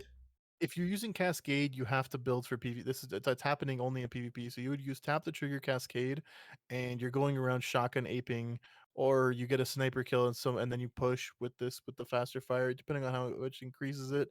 I mean, it's all very situational and like super niche. I In my mean, you could opinion, even go like Slick Draw and just use this thing like a blocker recluse after shotgunning something, you know? yeah, exactly right. But in my opinion, you get this thing stats for all, one for all, go to, cannot go wrong. Sub one for all, also can't go wrong. Sub frenzy, super solid combo. I'd naturally shy away from Rampage, especially in a Even with the scenario where change, it's just not good enough anymore. chaining those kills, like it's just not gonna It's too really benefit conditional. you, And in especially solo since content, it's better to use Frenzy. we can't get enhanced perks on these things. So, I would say if maybe enhanced rampage, enhanced subsistence, maybe, but without that, it's just kind of a little bit lackluster. So, um, definitely stats for all, one for all, frenzy and sub are the perks of choice. And for PvP, Cascade could potentially have a place, but again, personally, I think people would either use rangefinder or unironically gut shot. I mean, I'm telling you, man, the more gut weapons they put gut shot on, especially on these hard hitting weapons, where normally to use cold front you would have to really hit the head because it shoots a little bit slower. Mm-hmm. With gut shot, it kind of just gets rid of that.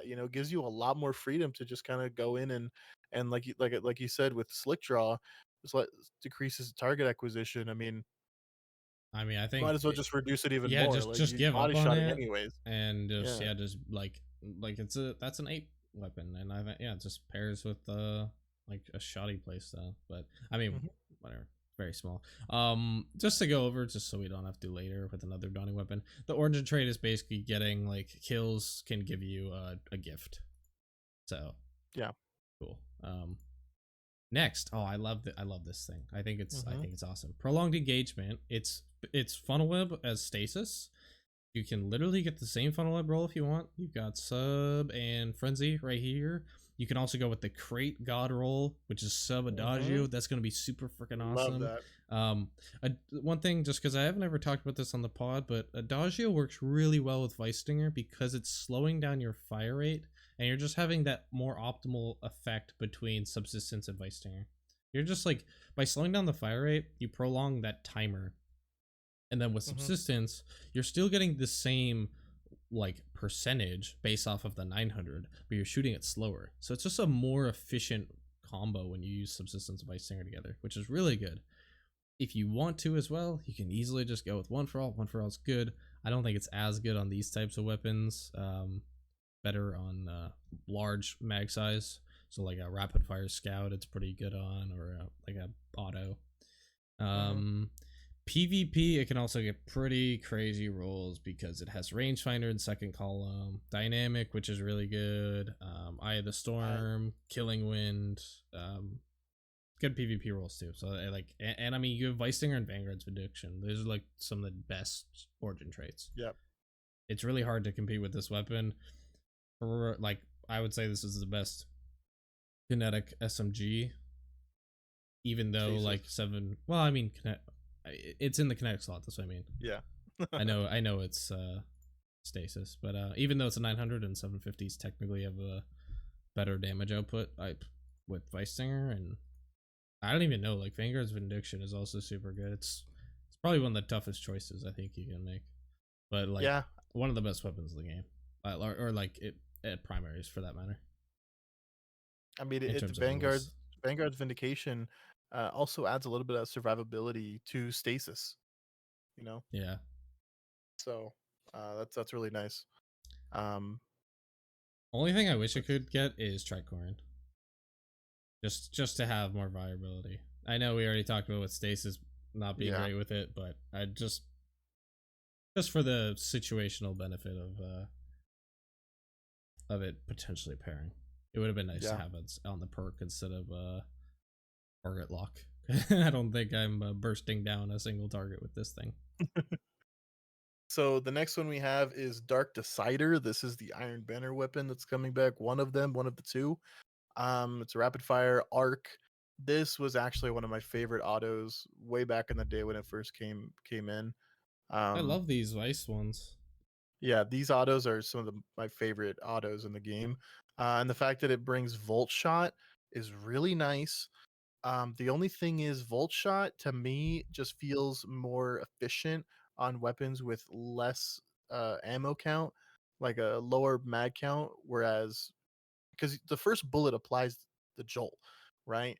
So then you're just dumping the rest of your mag into that jolted target. I don't know. It just feels a little bit weird, but it's still Volt Shot is insane. If you haven't used it yet, definitely try it out on anything you get. Volt Shot is awesome. I love it. Golden Tricorn is a really good perk here on this auto because Sub Arc Tricorn is is gonna go crazy. It's gonna be so yes good. because Arc right now, especially on Titan, is absolutely insane. So you can have this buff rolling constantly. Um, Sub Tricorn, if you really like the bonuses of well rounded, we personally are not fans.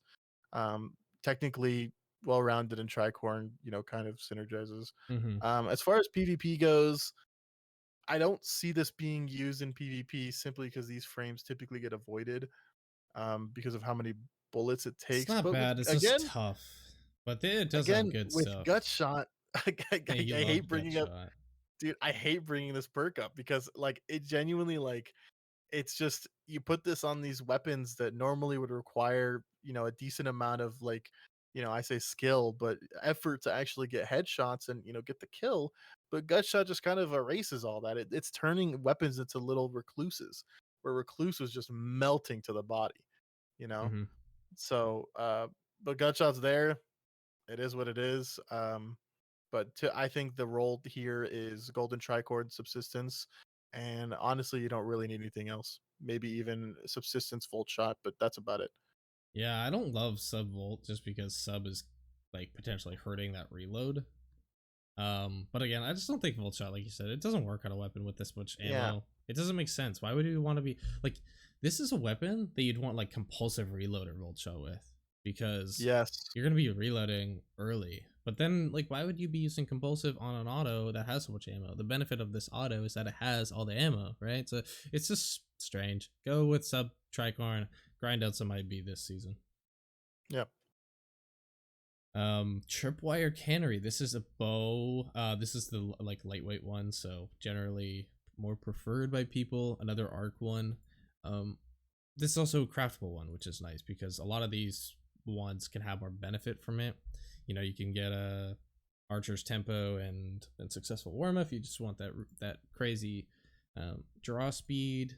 I like dragonfly on this, like dragonfly frenzy or successful. Like I actually think is kind of neat. um you Yeah. can always just go with simple like archer's explosive. This is the forsaken bow that we've had forever. Forensic nightmare, I think it's called. um Oh. what's it? Yeah, it's Arsenic. No, it's arsenic. arsenic Arsenic spite bite. bite Yeah, spite. arsenic bite. Yeah. What is forensic nightmare? Where did I get that from? I don't know. I think it's a um haunted weapon. yeah, probably. You can just get like the better version, which is Archer's explosive, but now you found them both the enhanced. So I mean, Archer's enhanced is nice because you get that extra second. Um, Vice Stinger is just draw speed, so it can help, but it's a lot less impactful on a bow, but still nice. This thing has some good stuff for both PvP and PvE if you like using bows because you have opening shot. That's just gonna basically get your consistency up. But it's pretty much just a good bow. Like that's all I'd really say. It's just solid. Yeah, I mean, you can't. Like Cruz said, you can't go wrong. Archer's tempo warm up. If you really want to just spam the arrows and just keep, getting a lot of kills. But typically you want to keep a damage perk in there somewhere, whether it be frenzy or explosive, arrowhead. So, Those are typically what you're looking for. Yeah, I think if I had to pick one, it's something with Dragonfly. Just because I think Dragonfly first column with a precision weapon like this is pretty fun. I was thinking Dragonfly was successful personally, um, because I think it would it, depending on how many kills you get, it would make the timer really big. Mm-hmm. So, Dragonfly Explosive is also a weird. I'm not a fan of it. It makes it difficult. But This next one we'll be able to go over a little quickly. yeah, the next one, Glacioclasm. We're just gonna give it to you straight here. It's a high impact frame. Honestly, like just listen. If you get this thing and you like the way it feels, I there's nothing I could say that would alter your opinion on any of these perks. Because this thing just feels terrible, straight up. Yeah, it's cool Um, having reservoir burst, but now it's like, why would you ever like yeah, really using use Reservoir that? Burst on this thing feels terrible. With Subsistence, I'm pretty sure that it's a little bit bugged and it doesn't always reload the gun, which definitely feels bad. The last I checked, I think that was an interaction that was happening with this last that came around. Um, the only other I would think even remotely like neat thing is Repulsor Brace, and Golden Tricorn, because that has a special synergy with Void classes, and the fact that Void it's a Hunter, Void weapon, especially because you're with Gear applying that Falcons. volatile. Yeah. Yeah, this is a special synergy here, but unfortunate that it's on a high impact Yeah, fusion. nobody wants to use these Um, things. They feel so bad. yeah, but it is one of the only fusions to have Eye of the Storm, I believe. Um, Yeah, I which mean, I I don't. think I is saw Under Pressure Eye of the Storm could be pretty nasty in PvP, Yeah, this thing, but I then would not be again, surprised to see a couple people trying to use it, and maybe it's a little bit effective, but the fact that it just shoots so slow and it just feels terrible, yeah. um, I don't see it being too effective. Judgment of Kelgaroth. Hell yeah, more glaives, solar glaive. We were talking about this just before we started recording, but I think this is kind of just a better version of Rolk's glaive. Yeah, We do have a glaive master on here, and he pointed out how overflow on it is going to have a lot of benefits to having because Glaive Master. yeah, glaive master reloading glaive sucks, and I agree with you. Reloading glaive sucks, and I think incandescent on it is funny. So I think it's a good glaive, for what glaives are. But we already talked about what glaives kind of where they sit and what they kind of need. So I don't have Yeah, much else to say. this thing. Look, if you're a glaive user, this any of these perks can go any which way. I will say though, in the first column, enhanced overflow is just a no-brainer. Like it's almost like, to me there's no other option in this left tree. The right one is complete preference. If you really like unstoppable force, that's completely up to you. Close to melee, depending on the increase to melee damage, could be useful, but typically, like Cruz and I, when we craft this, we're probably going to go for enhanced overflow and enhanced incandescent. It's just the most well-rounded combo there for this glaive, Yeah, and it's enhanced also the only incandescent could be aggressive fun. glaive, if I'm not mistaken. Um, we might check later on, but go ahead and correct me in the comments if I'm wrong. But I think this is the only aggressive glaive we have. Yeah, I'll just filter glaive while you talk about the next one real quick, and I'll just Okay, so why we're am I gonna do Exalted Truth, the Adept version, um, and this is a lot of PvP perks here. Um, it has Repulsor Brace on the right column, but with no damage perk on the left. Besides Under Over, which Under Over is very underwhelming. Ironically enough. I don't see too much of this hand cannon being used specific, also because we just got Rose, and so typically, you know, there's usually a hand cannon that kind of leads the pack. And right now, I'm pretty sure Palindrome leads the pack. Aya's Luna is a little bit behind it, um, but I don't see this edging out any of those hand cannons.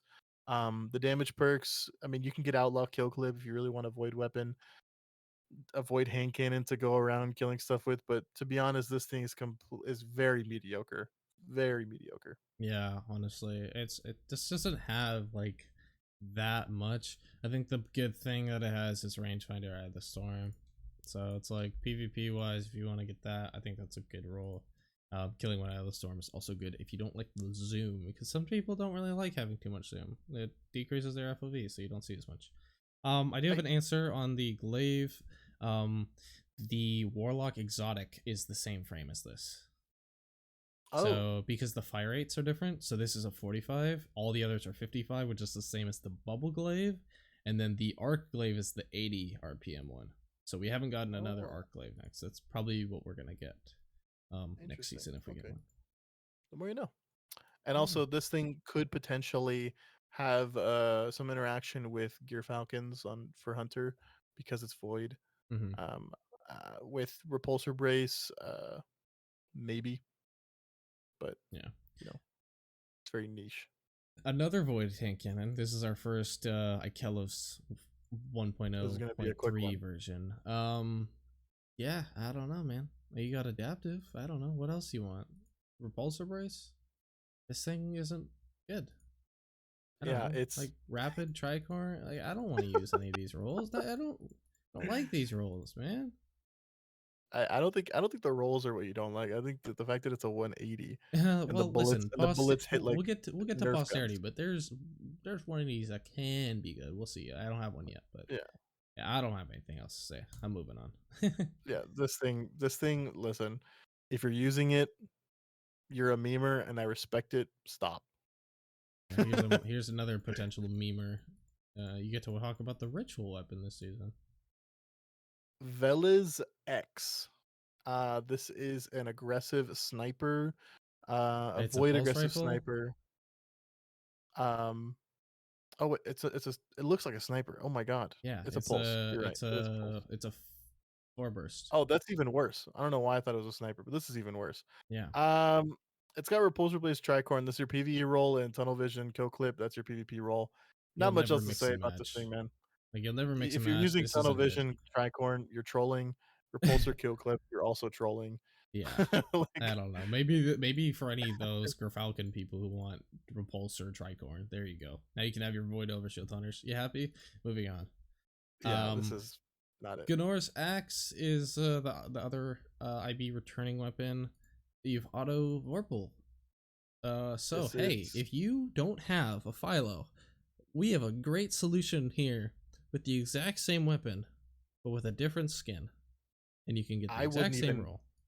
I wouldn't even get this for the Philo. I mean, Philo isn't even that good anymore. Yeah, and also this thing can't even get Assault Mag. Yeah, that's super troll. Yeah, it's actually I didn't even realize that. That's so what the heck? Why? That's so the first thing I noticed when I looked at this thing. Don't worry, boys. Real quick, we can get extended mag. We can get what else we want? Hipfire grip, steady rounds, iron reach.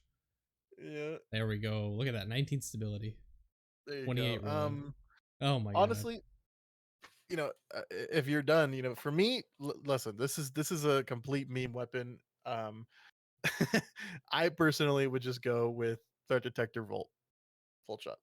That's what I would go with. I would go Auto Volt because any shotgun that has auto, I think gets auto. That's just my. But you have to reload for Volt Shot, so that's the that's why I guess that's fair. Yeah, otherwise I'd pick Surplus. Yeah. I like Threat more than Surplus personally. Yeah. Another shotgun. This is real quick. This is the one that I thought Cascade might have a benefit with slug swapping, because you could. I wonder what the fire rate increase is on this thing, but you can talk about the Ikelos. Yeah. So the Ikelos shotgun, rapid fire solar.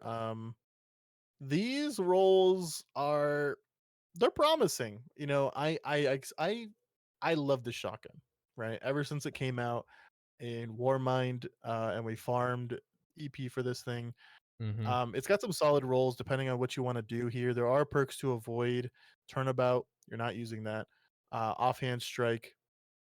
I don't. There may be like a discussion there, but personally, you're not using it.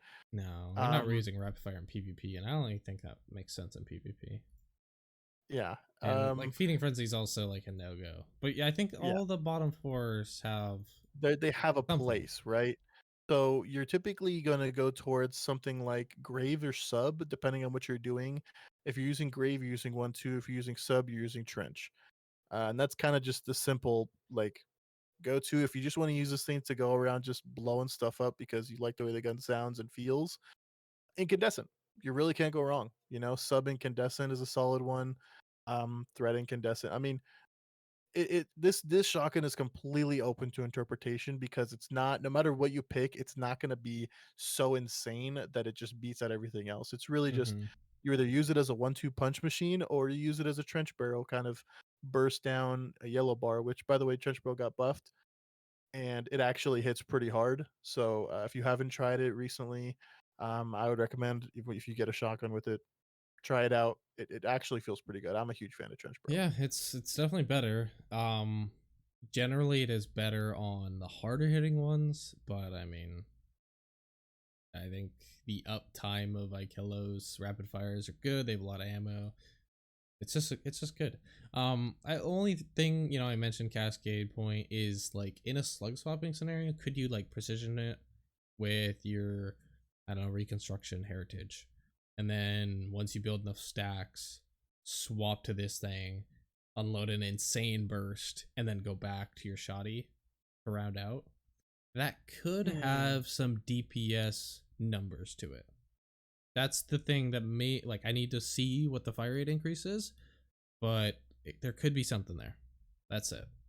Yeah, that's an interesting one. I almost wonder if it would be better to use like a rapid fire sniper to proc it.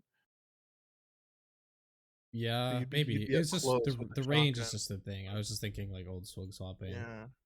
Um, That's gonna be an Either way, interesting one. yeah, I think it's It something depends on the increase. I maybe. imagine the increase is something like 20%, so I I don't know. know, which means you won't care about it, but Yeah. is what it is. Yep. Another is what it is weapon. Um, Fioriatura. I don't know. Get Salt to say this. Um, it's PvP. There's nothing PvE related aside from like Pugilist, Tricorn, Kill Clip, Swash. No, I like no. This This thing's not it. if you want a rapid fire sidearm, get last season's with Volt Shot. That's it. Yep. I completely agree. Full shot on last season. The plunder sidearm is very, very good. If you need the name, it's Brigand's Law. So moving on, we have the Another dumpster. Al Albruna dumpster is what we dubbed the hockey weapons with the D at the end. This one is the aggressive sniper. That's arc. This is actually, I'm pretty sure this is the first or arc energy sniper we've gotten in a while. Correct me if I'm wrong. I mean, I can't think of one. So Exactly. Like I genuinely could not tell you the last time we had one of these. And you know what? I'm for it. This thing has some interesting roles. They're not insane, but they're interesting to say the kind of as a least. result of having 144 perk combos, it's guaranteed to have at least something of Yeah. value. But I mean, you have triple tap firing, triple tap high impact, you have clown firing. This thing has, you're not using tricorn with this thing. You're just not. no. You have clown frenzy, triple tap frenzy. Like you have some solid damage perks here in high impact reserves firing line. Vorpal, I guess, frenzy, um, and then you have some solid first column perks here in triple tap and clown. If you really wanted to go PvP with this thing, I guess you technically, I mean, it has harmony, which on an aggressive sniper is kind of wild. Mm-hmm. I actually wonder how much damage that would do, and if harmony and with harmony and explosive be enough to one. No, wouldn't it be enough to one body, right? Because explosive and PvP is the exact same damage. No. Um, it just Hmm. splits them. I don't know because that's the thing. I don't know. Yeah, I would say your best Because you bet need with this sniper. kill clip was 33% and could, but now it's 25, and I don't know if it can. I'd have to Yeah, test. I don't think it's but enough. you would do a lot of damage. We'll just say that. And if you ran this with Elemental Capacitor, Harmony, you know, I don't think you can go wrong. Or Snapshot.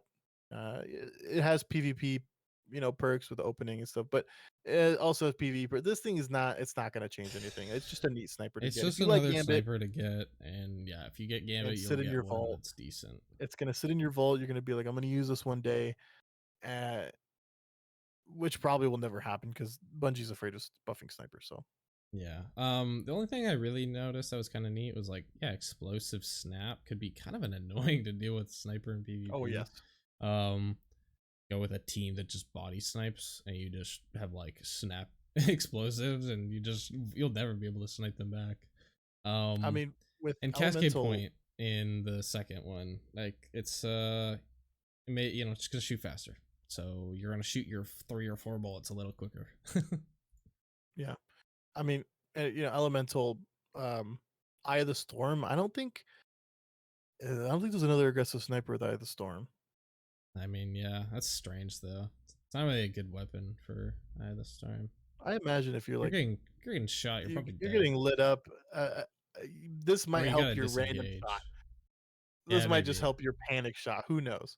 True. You know, Got but that big accuracy cone, but yeah, yeah. I don't know.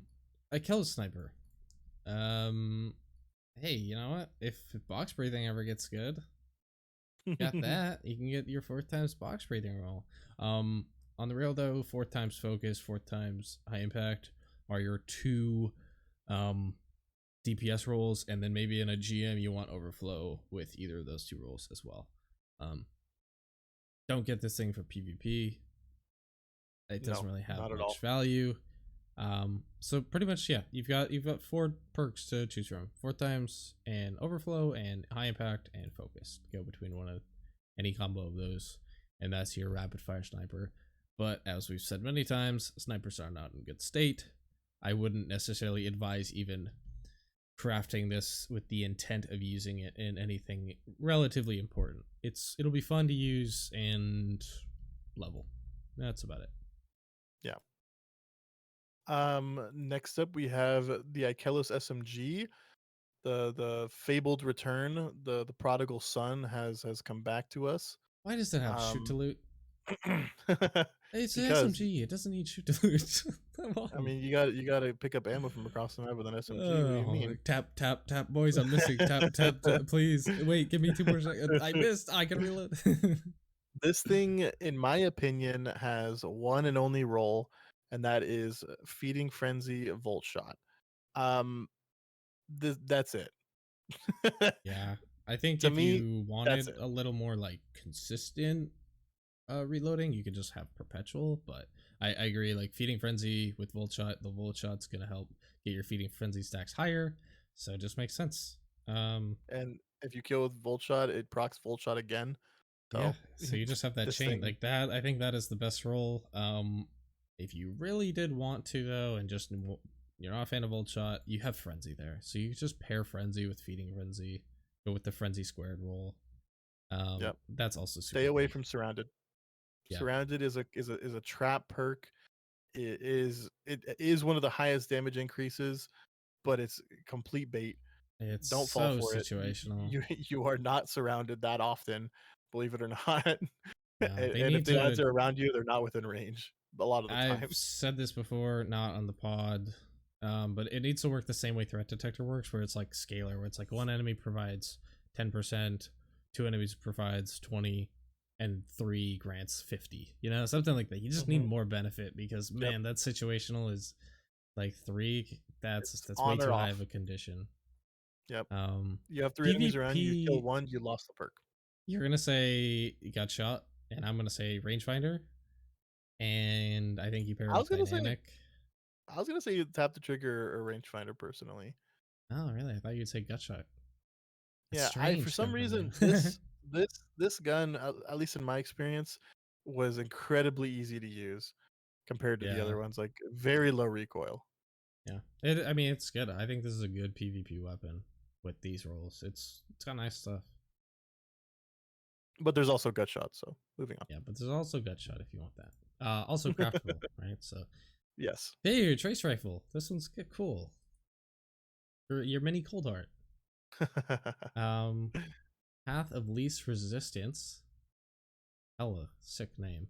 I actually kind of agree that there are some neat things to this. Triple tap and Focus Fury. There's your cold heart roll that we were just kind of joking about Yep. with. But you can still get something that's really more just generally good.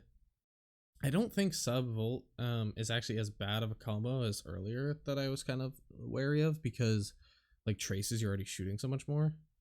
Hmm. But again, this is kind of the fold shot with a lot of ammo. You don't Yep. necessarily want to be Yep. reloading it a lot, so it kind of falls in this weird place where like, what do you really want? You want Dragonfly? I mean, yeah, that helps with the thing, like the ad clear, but crits on this thing aren't as guaranteed. One for all is always nice. Like sub one for all, that's good. Stats one for all. There's a couple different things. I don't think there's anything great, but the triple tap Focus Fury roll is pretty interesting. I would say my thoughts would be this is just behind the solar trace you get from Dares, and then behind this is the void one from Haunted. In terms of the trace rifles we've gotten, this is not the best one. I think Volt is always a good perk, but again, the mag size is a problem. Really, you just want sub one for all, stats one for all. Those are typically the go tos. And the solar one is just, I think it's just better because of incandescent and the way it works with sub, and Yeah, the solar one's really it's good. just it's a true ad clear machine. You know, it's more of a legendary Prometheus lens than this is a legendary Cold Heart. Yeah, for sure. Cold Heart's kind of benefit of the ionic traces also do kind of help it a little bit Yeah, as well. yeah. Prodigal Son returns. The second prodigal son, This is fair. the Or older maybe the prodigal third son. or fourth. I don't know. There's a Where's lot of Mountaintop? prodigal sons here.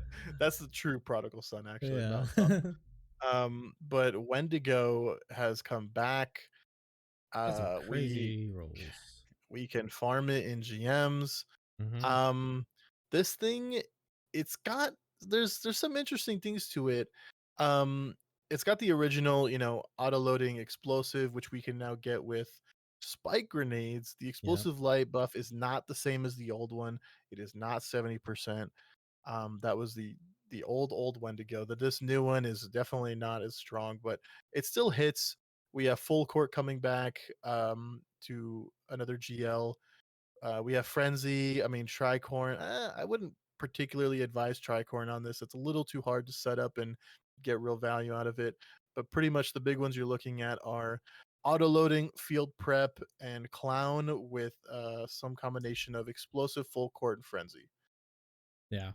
I think chain explosive could be kind of neat. You ever wanted to just nuke Mhm. like an ad spawn? That could be like a pretty fun role to use. Not necessarily saying it's the best, but that would be like a side meme type role. You always got to get a couple of those, especially if you're someone like us. We always go for those weird ones. Yeah. Before going for a day one though, you're farming this thing.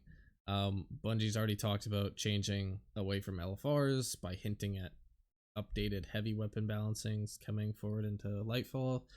Grab this thing, farm this out. This will be this has a very likely chance of becoming the next meta. So auto explosive, auto full court. If you have the time, just get field prep in either of those two, just in case. Maybe it makes sense to do burst and we want to do field prep. It's better to be safe than sorry. What? I think there's a meme thing here with Cascade Point. I mean, I I mean, don't know that's why, true but I too. keep Like you could just swap to that thing with autoloading and just go, bah, bah, bah, bah, like that's yeah, you get a that could be kill better than explosive for DPS and you just reasons. blow all those grenades super fast, It swap really it away and let it depends reload. You how know, Cascade Point affects, like a heavy GL here, because I don't know. We don't really know much about it yet because this is literally yeah, day one. We don't know if it's a percentage base or if it's like a scalar of like a certain threshold. It could really, it's what's the cap? It could be a lot of different things that could either make this a very actual like interesting perk or something we'll not really consider.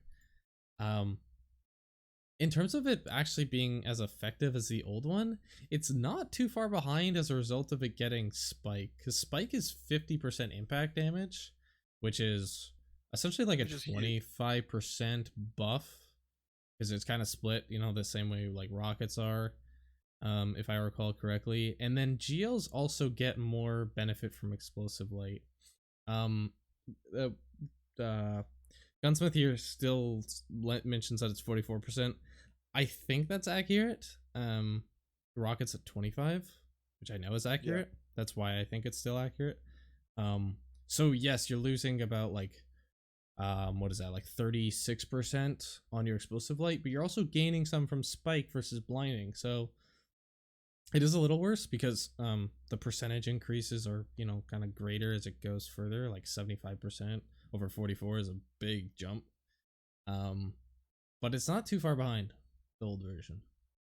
Yeah. Just crazy. It's definitely one of those get into the GMs, group up with people, farm this out. It's Definitely farm this out. only worse when it comes to just using generally, because blinding grenades generally were crazy good on this thing just to swap to. You'd Mhm. have this huge damage range with a blind and a bunch of damage. Like Yep. it can't get blinding now though, so that's the trade off. Yep. What do we have next? Fire and forget. Oh, this is the big one here. The ag frame linear.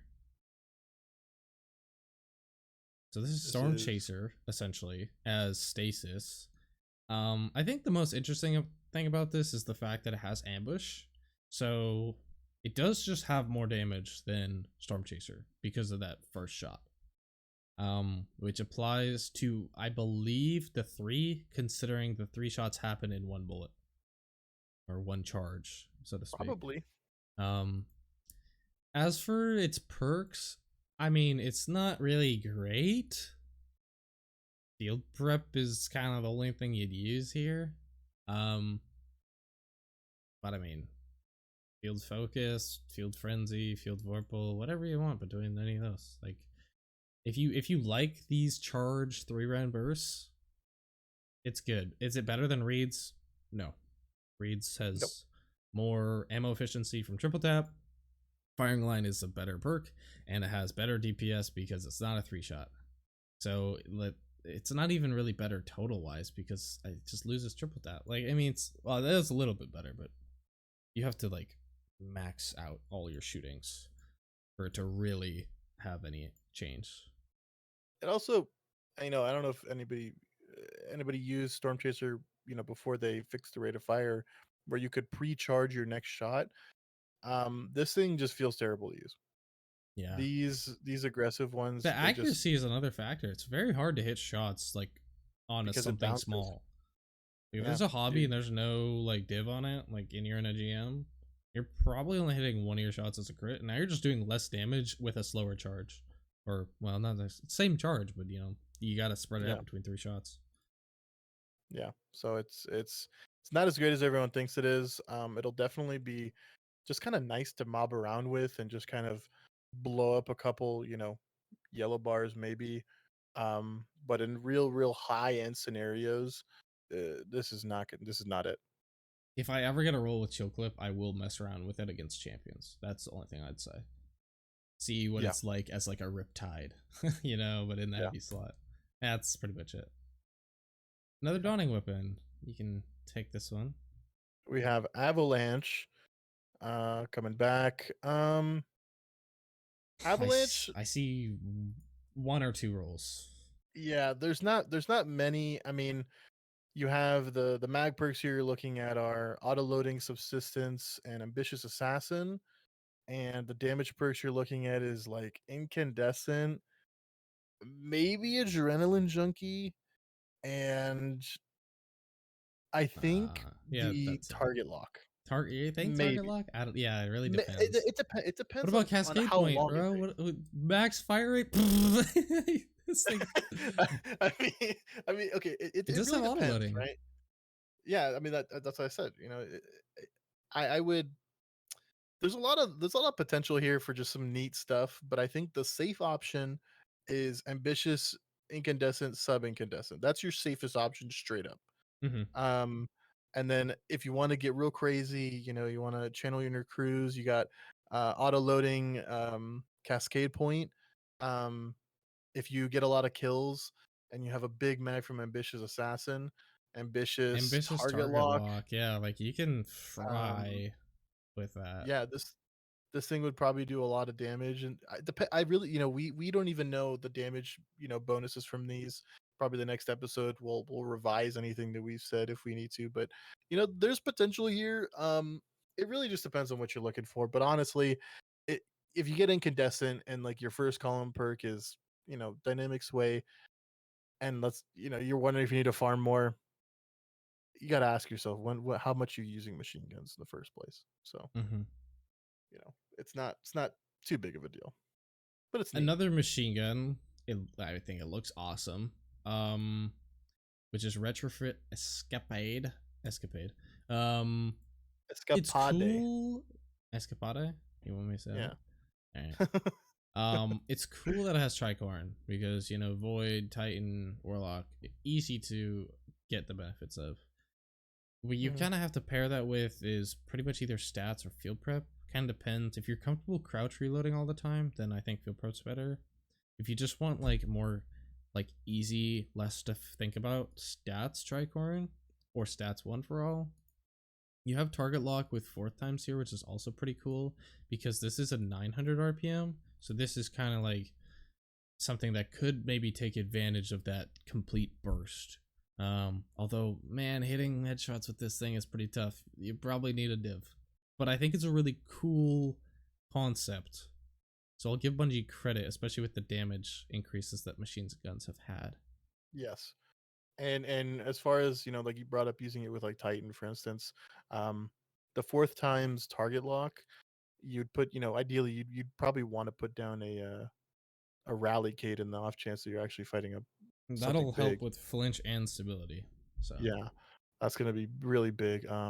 But that's kind of a meme role, like Chris said. I mean, tricorn field prep if you're comfortable with that. Otherwise, tricorn stats, tricorn's frenzy. It's kind of a gimme there with maybe one for all if you like it. yeah.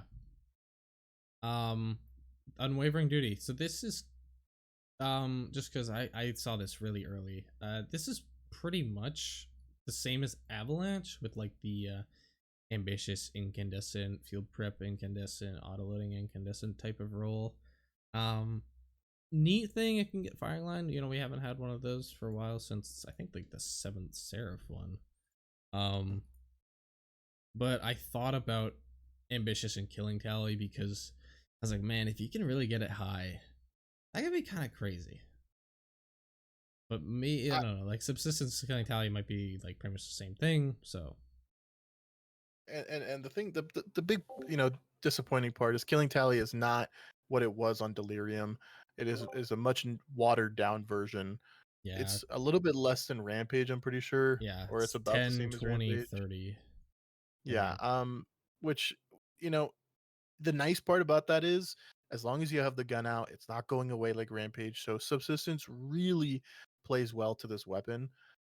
Otherwise, you're gonna want to just go with the tried and true, and hit up either autoloading incandescent, um, ambitious. You could even go like ambitious killing tally. That's definitely doable, but ambitious incandescent. Um, it, I just think if you're using killing tally, you have to be using subsistence because the big downside of killing tally is not having overflow, and that's what made it's delirium broken. whenever we're waiting for another. I can't believe they haven't done that, to be honest, because they already nerfed killing That's tally. why. I'm not sure why they're afraid of it though. I have no idea either, Like killing but tally they are. isn't the same thing with like also they don't have to put it on a 900. Like Yeah, put on the slow firing one. Either way, I think Avalanche and this thing pretty much just make fixed odds kind of obsolete. useless unless you really feel like you need enhanced incandescent. Because for me, I think the trade-off of enhanced incandescent is worth the upgrade to the frame. Like 450s are just better. So, So I'll go ahead and say that the next one, which is the playlist weapon yeah, for Crucible, we can go is real a quick. blowout. Uh, do not get this rocket. It is a waste of your time, in my opinion. this thing is doo doo. It's not it. This is a home run that goes so far that actually comes back and somebody catches it. Yep. That's how bad it is. There's pretty much nothing unless you just need tracking Vorpal with a roll of like 12 perks per column. Like, no, it's no. We're moving on. I mean, yeah, yeah. nothing to say here. You can talk about Zephyr here. Pretty much same as it used to be. Yeah, Zephyr is one of those unique swords. It's a one of a kind, really, with a cold steel here, and in my opinion, this is kind of a sleeper weapon a little bit. I am bummed to see that this cannot get flash counter anymore, because when it first came around, it could get flash counter, which made it really, really unique. But with cold steel still, um, when you do powered sword hits, meaning and powered sword hits doesn't mean the right click. The right click does apply it, but you can light attack as long as you have ammo. When it's powered, that means you have ammo in the sword. It applies the stacks of slow, which then can freeze. And let's say on someone like Warlock, when you freeze a target, you get the little shards. So you could self proc like high energy fire and font of might.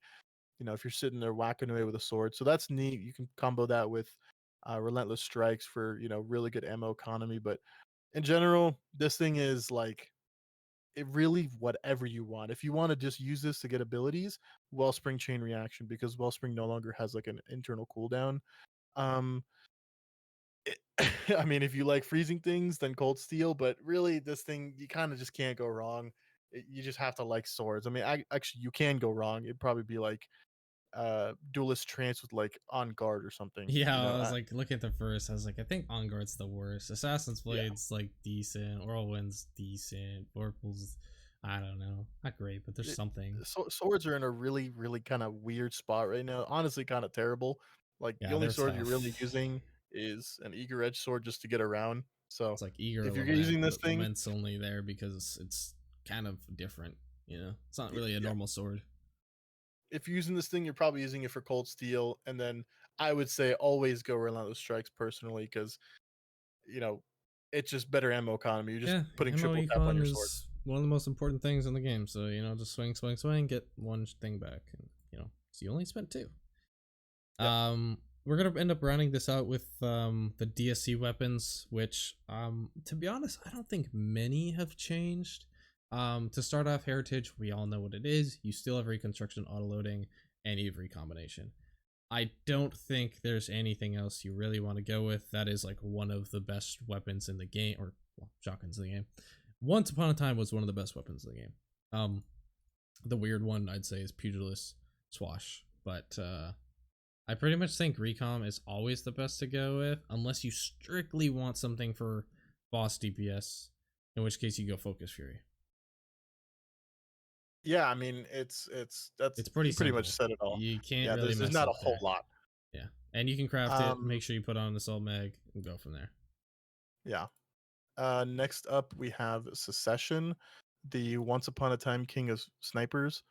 Actually, still is. I would say he still is the king of snipers. Honestly, if not, it's like one of the best. Really damn close. Ones. I mean, Thoughtless is up there too. But Thoughtless is up there. Defiance of Yasmin is up there. But I mean, this thing's still super good as that ag frame GM weapon. I love it still. Oh yes. So here you're looking on the first column. In my opinion, Lead from Gold. Do not sleep on that perk. And Reconstruction are your go-tos here. Nothing else is considered. Nothing. The Reconstruction above all else, and then maybe Lead from Gold if you want to craft a second one. Yeah.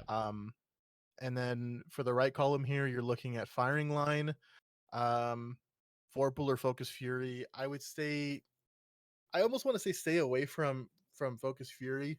Yep, I agree. Because it is a little bit of an ammo sink, and it does take a while to proc, and this thing does not shoot very fast, so it is a little bit of a trap there. Vorpal is going to be more consistent damage, and in a fire team firing line, I mean, there's also recombination, but personally, I might just craft 2 of these things, and I might just go with like a Lead from Gold recombination, and just kind of use this thing as in a GM, for instance, with double special, and just kind of have that big hit option while maintaining my ammo economy, because Sniper Scav is really expensive. Mm-hmm. Yeah, Lead from Gold Enhanced is insane. Instead of getting Yes. one, you get two. Like it's an incredible perk. So you can spec all into your heavy weapon, and your succession here is just gonna get more ammo, which is amazing. I agree with the recom thing. My first one had recom. I didn't get the Vorpal roll for a while, and it's nice, but the consistency of Vorpal and what you're gonna use this thing for is king. I honestly find it even hard to warrant firing line considering it's only 5% more and you have to be based around your teammates.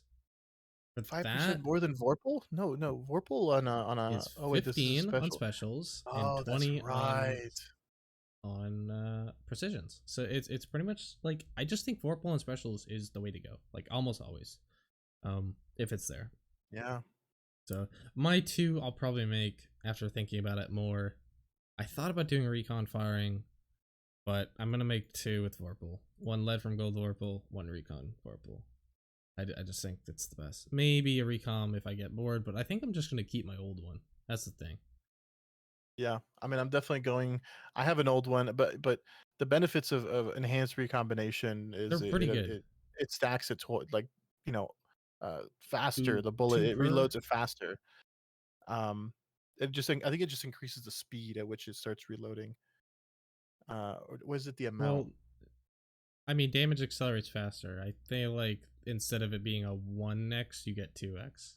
Well, I meant reconstruction. I'm sorry. Oh, reconstruction, yeah. I think it reloads more of the At an mag. improved rate. We don't know the Yeah. percent. It's probably 3 seconds instead of 4.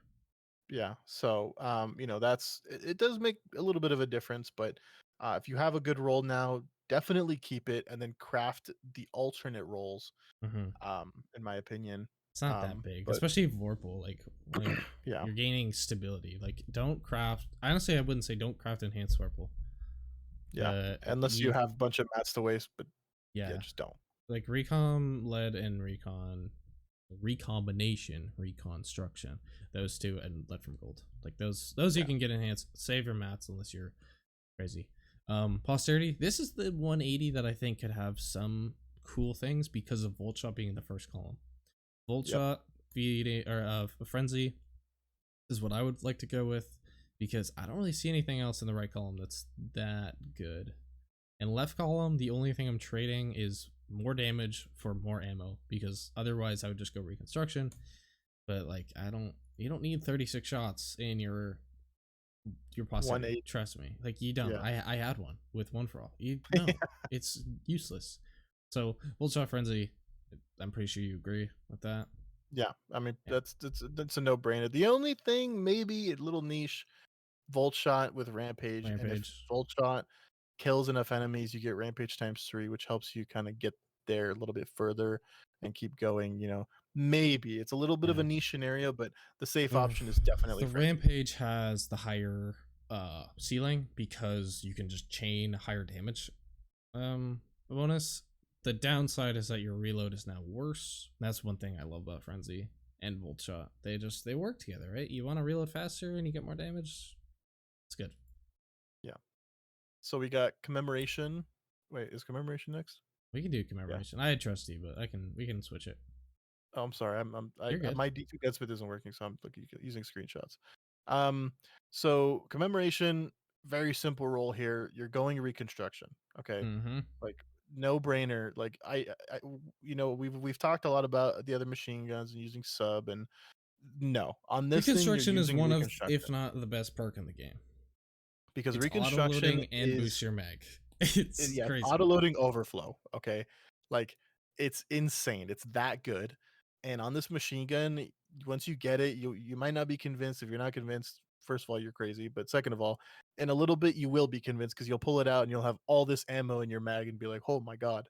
And like this thing just is crazy. So you want reconstruction, and in my opinion, I think you even want killing tally here. And if you don't want killing tally, you want rampage because this thing is easy to stack rampage. If you're going around killing trash, killing ads, um, rampage is super easy to stack, super easy to keep up. Otherwise, if it's kind of a little bit too spread out, then killing tally, they're basically the same thing.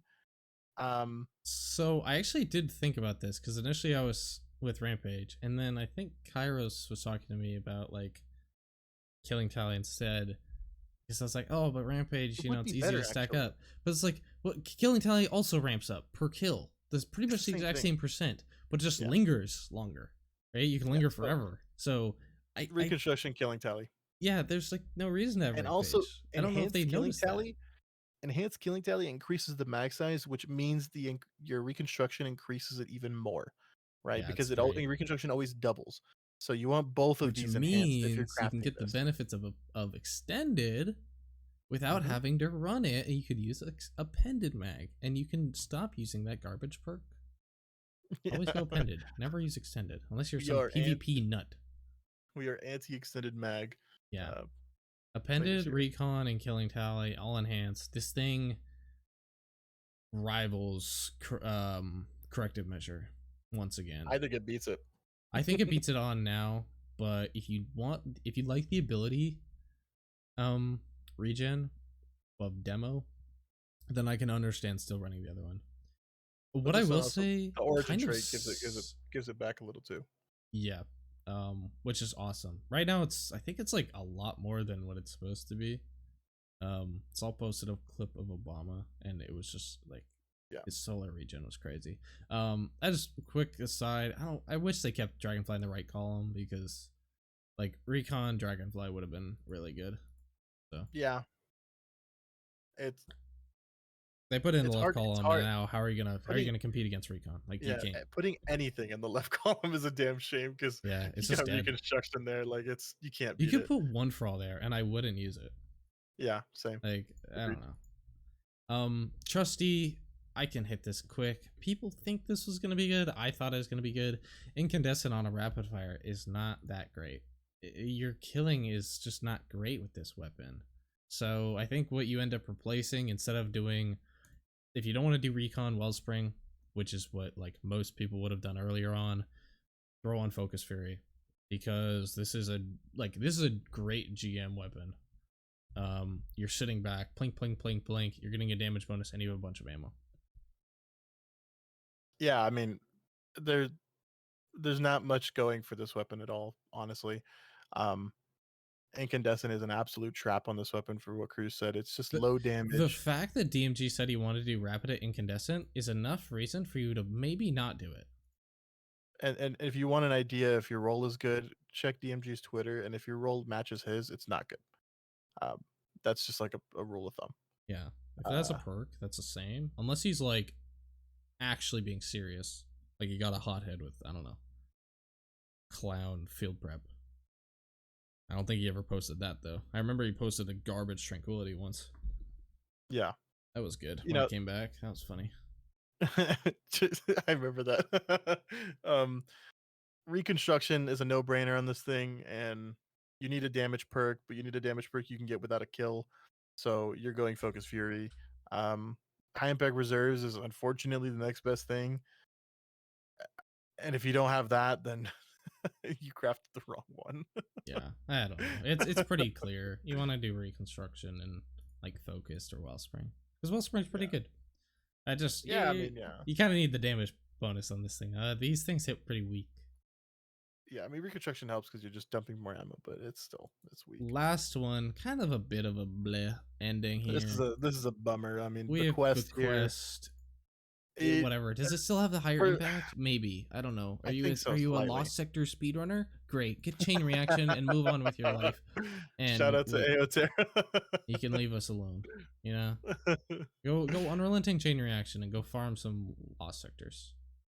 I don't know. This thing, you know what? Honestly, the saddest part about this sword is that it lost flash counter. Yeah, for real. Like, The flash counter is one of the most unique things, because it just yeah, it's like weakens terribly them underrated on perk. like a block. It's like a cool parry effect, but you But know. like all swords, in my opinion, you want relentless strikes, and then the perk on the right literally does not matter. Whatever you want, whatever you like. You can like get chain Assassin's Blade? reaction. Go for it. Chain You can reaction, get cool. 4 pull. Like you want to hit 3 different enemies and get one for all. My man, go crazy. You know, like that's just this sword. It's unfortunate that it didn't really get any big change here. I mean, Yeah, but really, what really could have gotten? It's not like swords have cool perks anymore. I Yeah, don't I know. It's mean, like Cold Steel is the cool one. I don't know, man. I'm so bummed they got rid of Flash Counter though. Because if they had Flash Counter, I would have crafted it straight up. I'd have crafted this if I had Flash Counter. I think I'll still craft one with chain reaction just for fun. Yeah, I I wouldn't don't know. use it, but I'll craft it. And that looks like Yeah, we're done. all the Oh, let's weapons. go. So we've pretty much graded and told you what to get on every weapon. So Yeah, I'm gonna refer anyone to just the like middle buffer of middle to we'll end try and buffer of this we'll, pod and be like, oh, you want to know what this is? Here, click we could that. try and timestamp it, sort of how they do it on the bar there, Yeah, and the be like, most I will say this, the most I will go through is figuring out where the beginning and end of the weapon talks are. I won't go through each weapon. That's a little too much work for me. yeah, If somebody that's else fine. wants to, I will If you appreciate want it the order and that love we you. went through on light.gg, if you hit the new weapons on the season of the Seraph, we went just from top to bottom. That's the Yeah. order we went, so you can kind of find it in the video. Yeah. Should be Um, pretty easy to find. But obviously we've had so much to talk about. So we're just gonna smack like the artifact a little bit. Well, actually, you know what? Let's just do how about this? We'll talk about the artifact and like one thing that we're kind of interested in. And then we'll just talk about mhm. the seasonal like upgrades and story and then end Call it it off. there. Yeah. Yeah. Okay, that's fine. So So yeah, you want we to go got first? yeah, artifact. Overall, I can't believe honestly how much good things we got from this. Like, how is Lucent Finisher 3? I love the counter charges back. It's also 3. A little more expensive, but cool. Um One I'm probably most interested in is that monochromatic one. I'm kind of circling it on screen here. Basically, weapons that are all the same, so like same subclass, same elements, pair them all together. Your abilities will buff your weapons, and your weapons will buff your abilities, like in terms of damage. I think that pairing could be really strong depending on what the effect and percentages are. I don't know if that's like the new solo dungeon thing, but you could do some crazy mono stuff that just destroy everything. I think it's also important to note that this gets even better on Void specifically.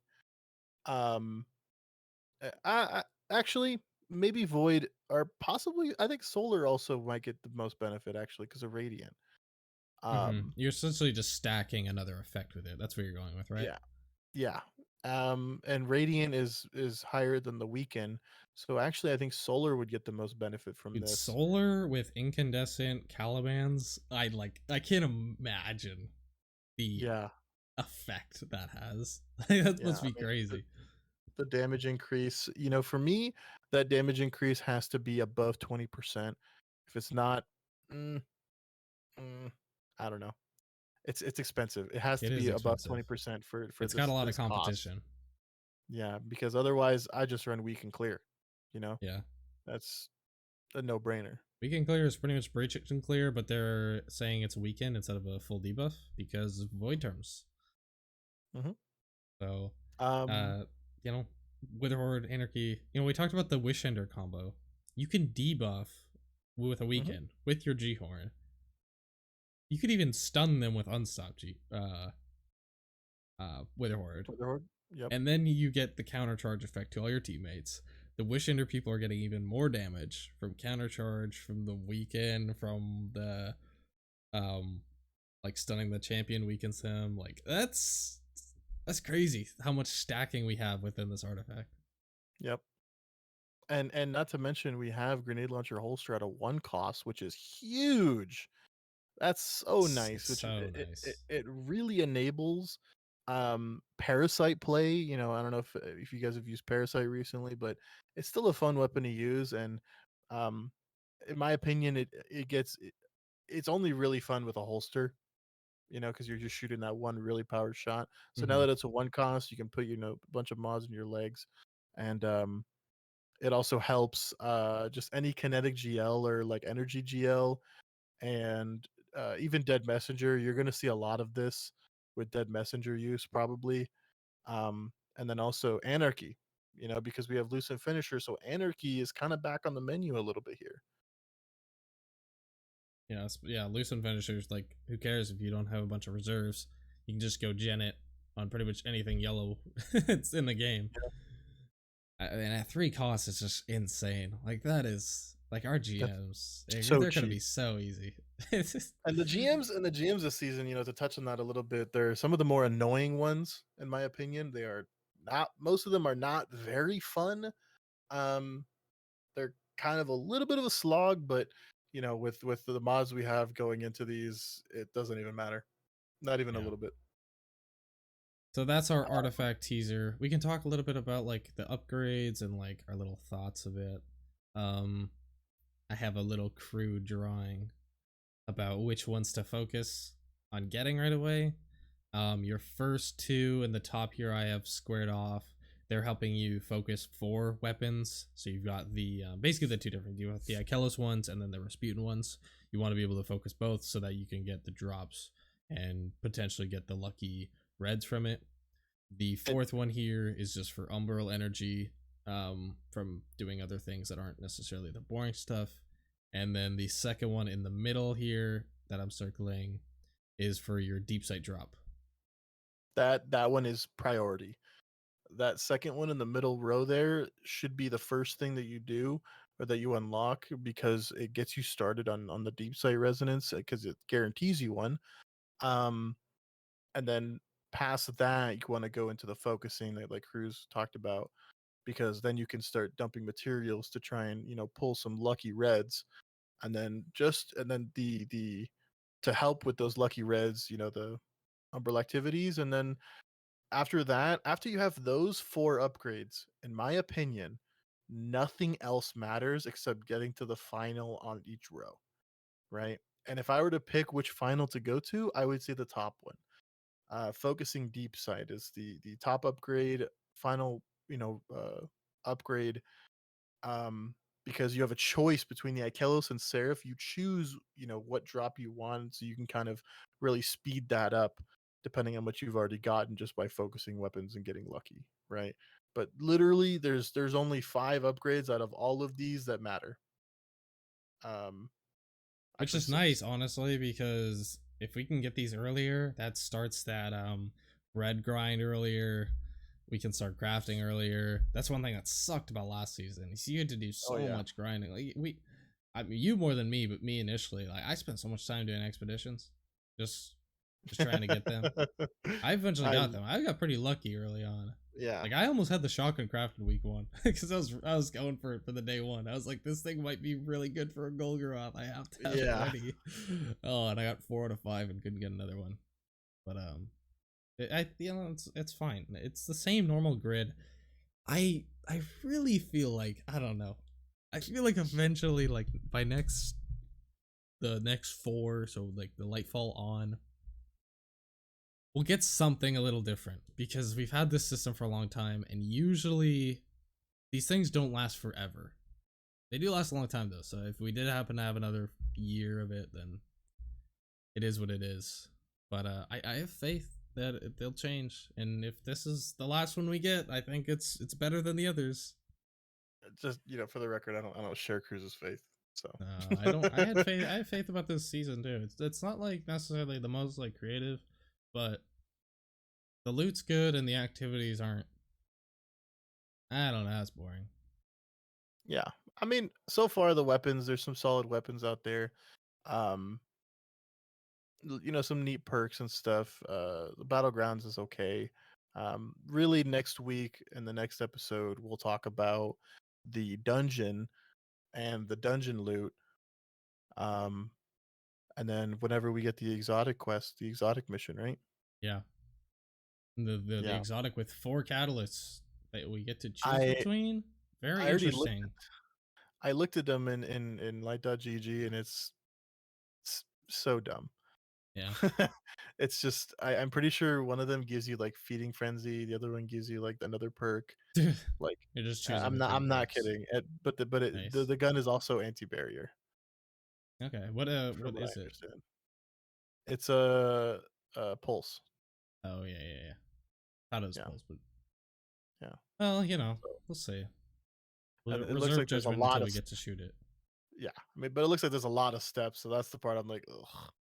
Like there's a lot of steps to unlock this catalyst, and I'm like, oh, man. Yeah, I saw that when scrolling through Light.gg in the like new Yeah. exotic section. There was like 20 Oh things.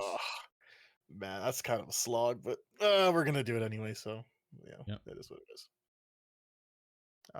But yeah, That's I pretty think much that's it. a I know good it was wrap up. big one to talk about, but it's kind of crazy to think if we actually did our normal in-depth rambling a little bit, this could have taken like 4 hours. So I'm still proud that this Oh is like jeez. in the 2 hour mark. Yeah. Oh man, we would be here all day. Yeah, for real. Oh god, I we mean, would have had literally, to we like would be here take all a day break. because we'd be talking when it released, and Oh then we'd be talking until we went to bed.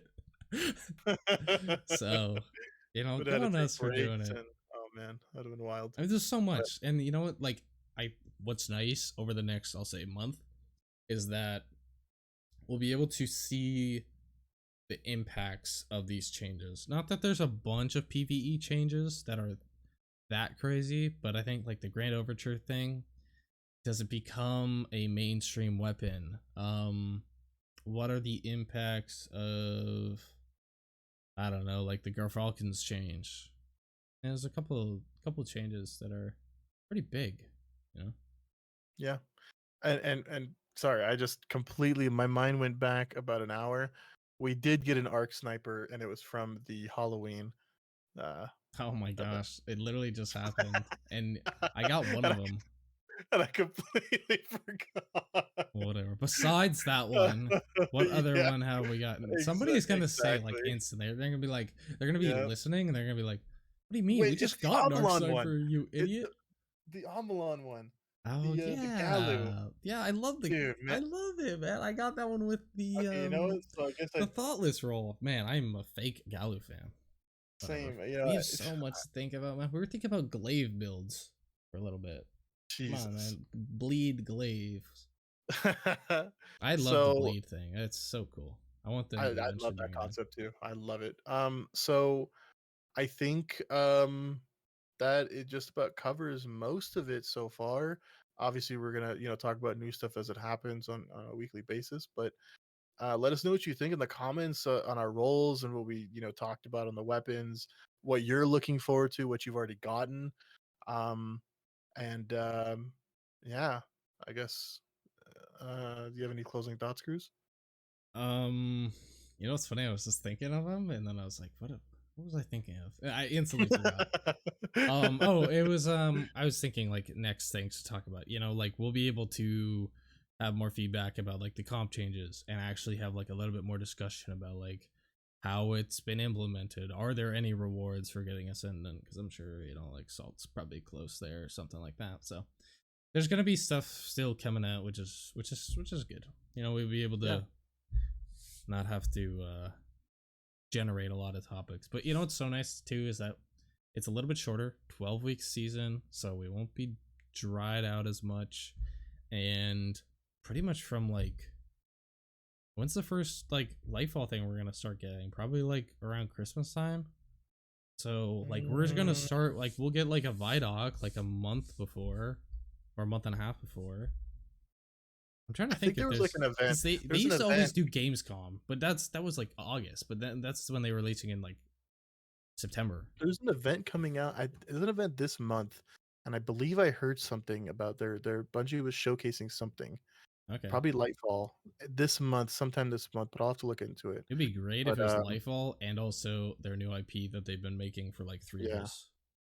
But um, they're probably but holding that honestly till final shape year. yeah, but on that point about comp, let us know if you want us to bring in someone to help talk about that. We can see if we can bring in Salt or Yeah, now that we're kind of at that episode 5 mark, we've gotten our little duo groove. We've kind of hit that mark, and like we'll probably start to bring in some people. Probably starting within the clan, and then maybe reach out closer to Lifehall, gauge the interest of some upper level PvE players. So that'll be exciting. yeah. So let us know in the comments. Make sure to check out the community server. Our socials are in the description. I think that just That's about it. does it. Yeah. Hopefully, we hear from you again. And obviously, yeah, like let us know in the comments anything you hear. We love reading that stuff, and I always look through it. So, anything you want to share, go for it. But with that all said, and the rest of the pod all recorded, um, thanks for listening. I hope you enjoyed my little interactive experience here as well with the video. That's another thing. Like if you like this little bit, um, one day we'll have more of a visual implement, or visual stuff implemented, I'm sure.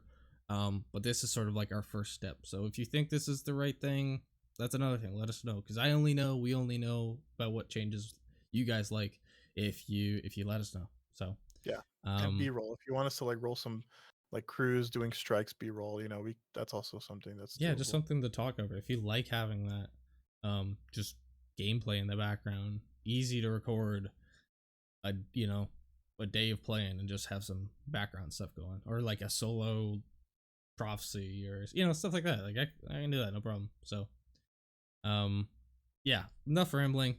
Thank you so much for listening and watching, and we'll see you in episode 6 of the Destiny Dugout. See you there.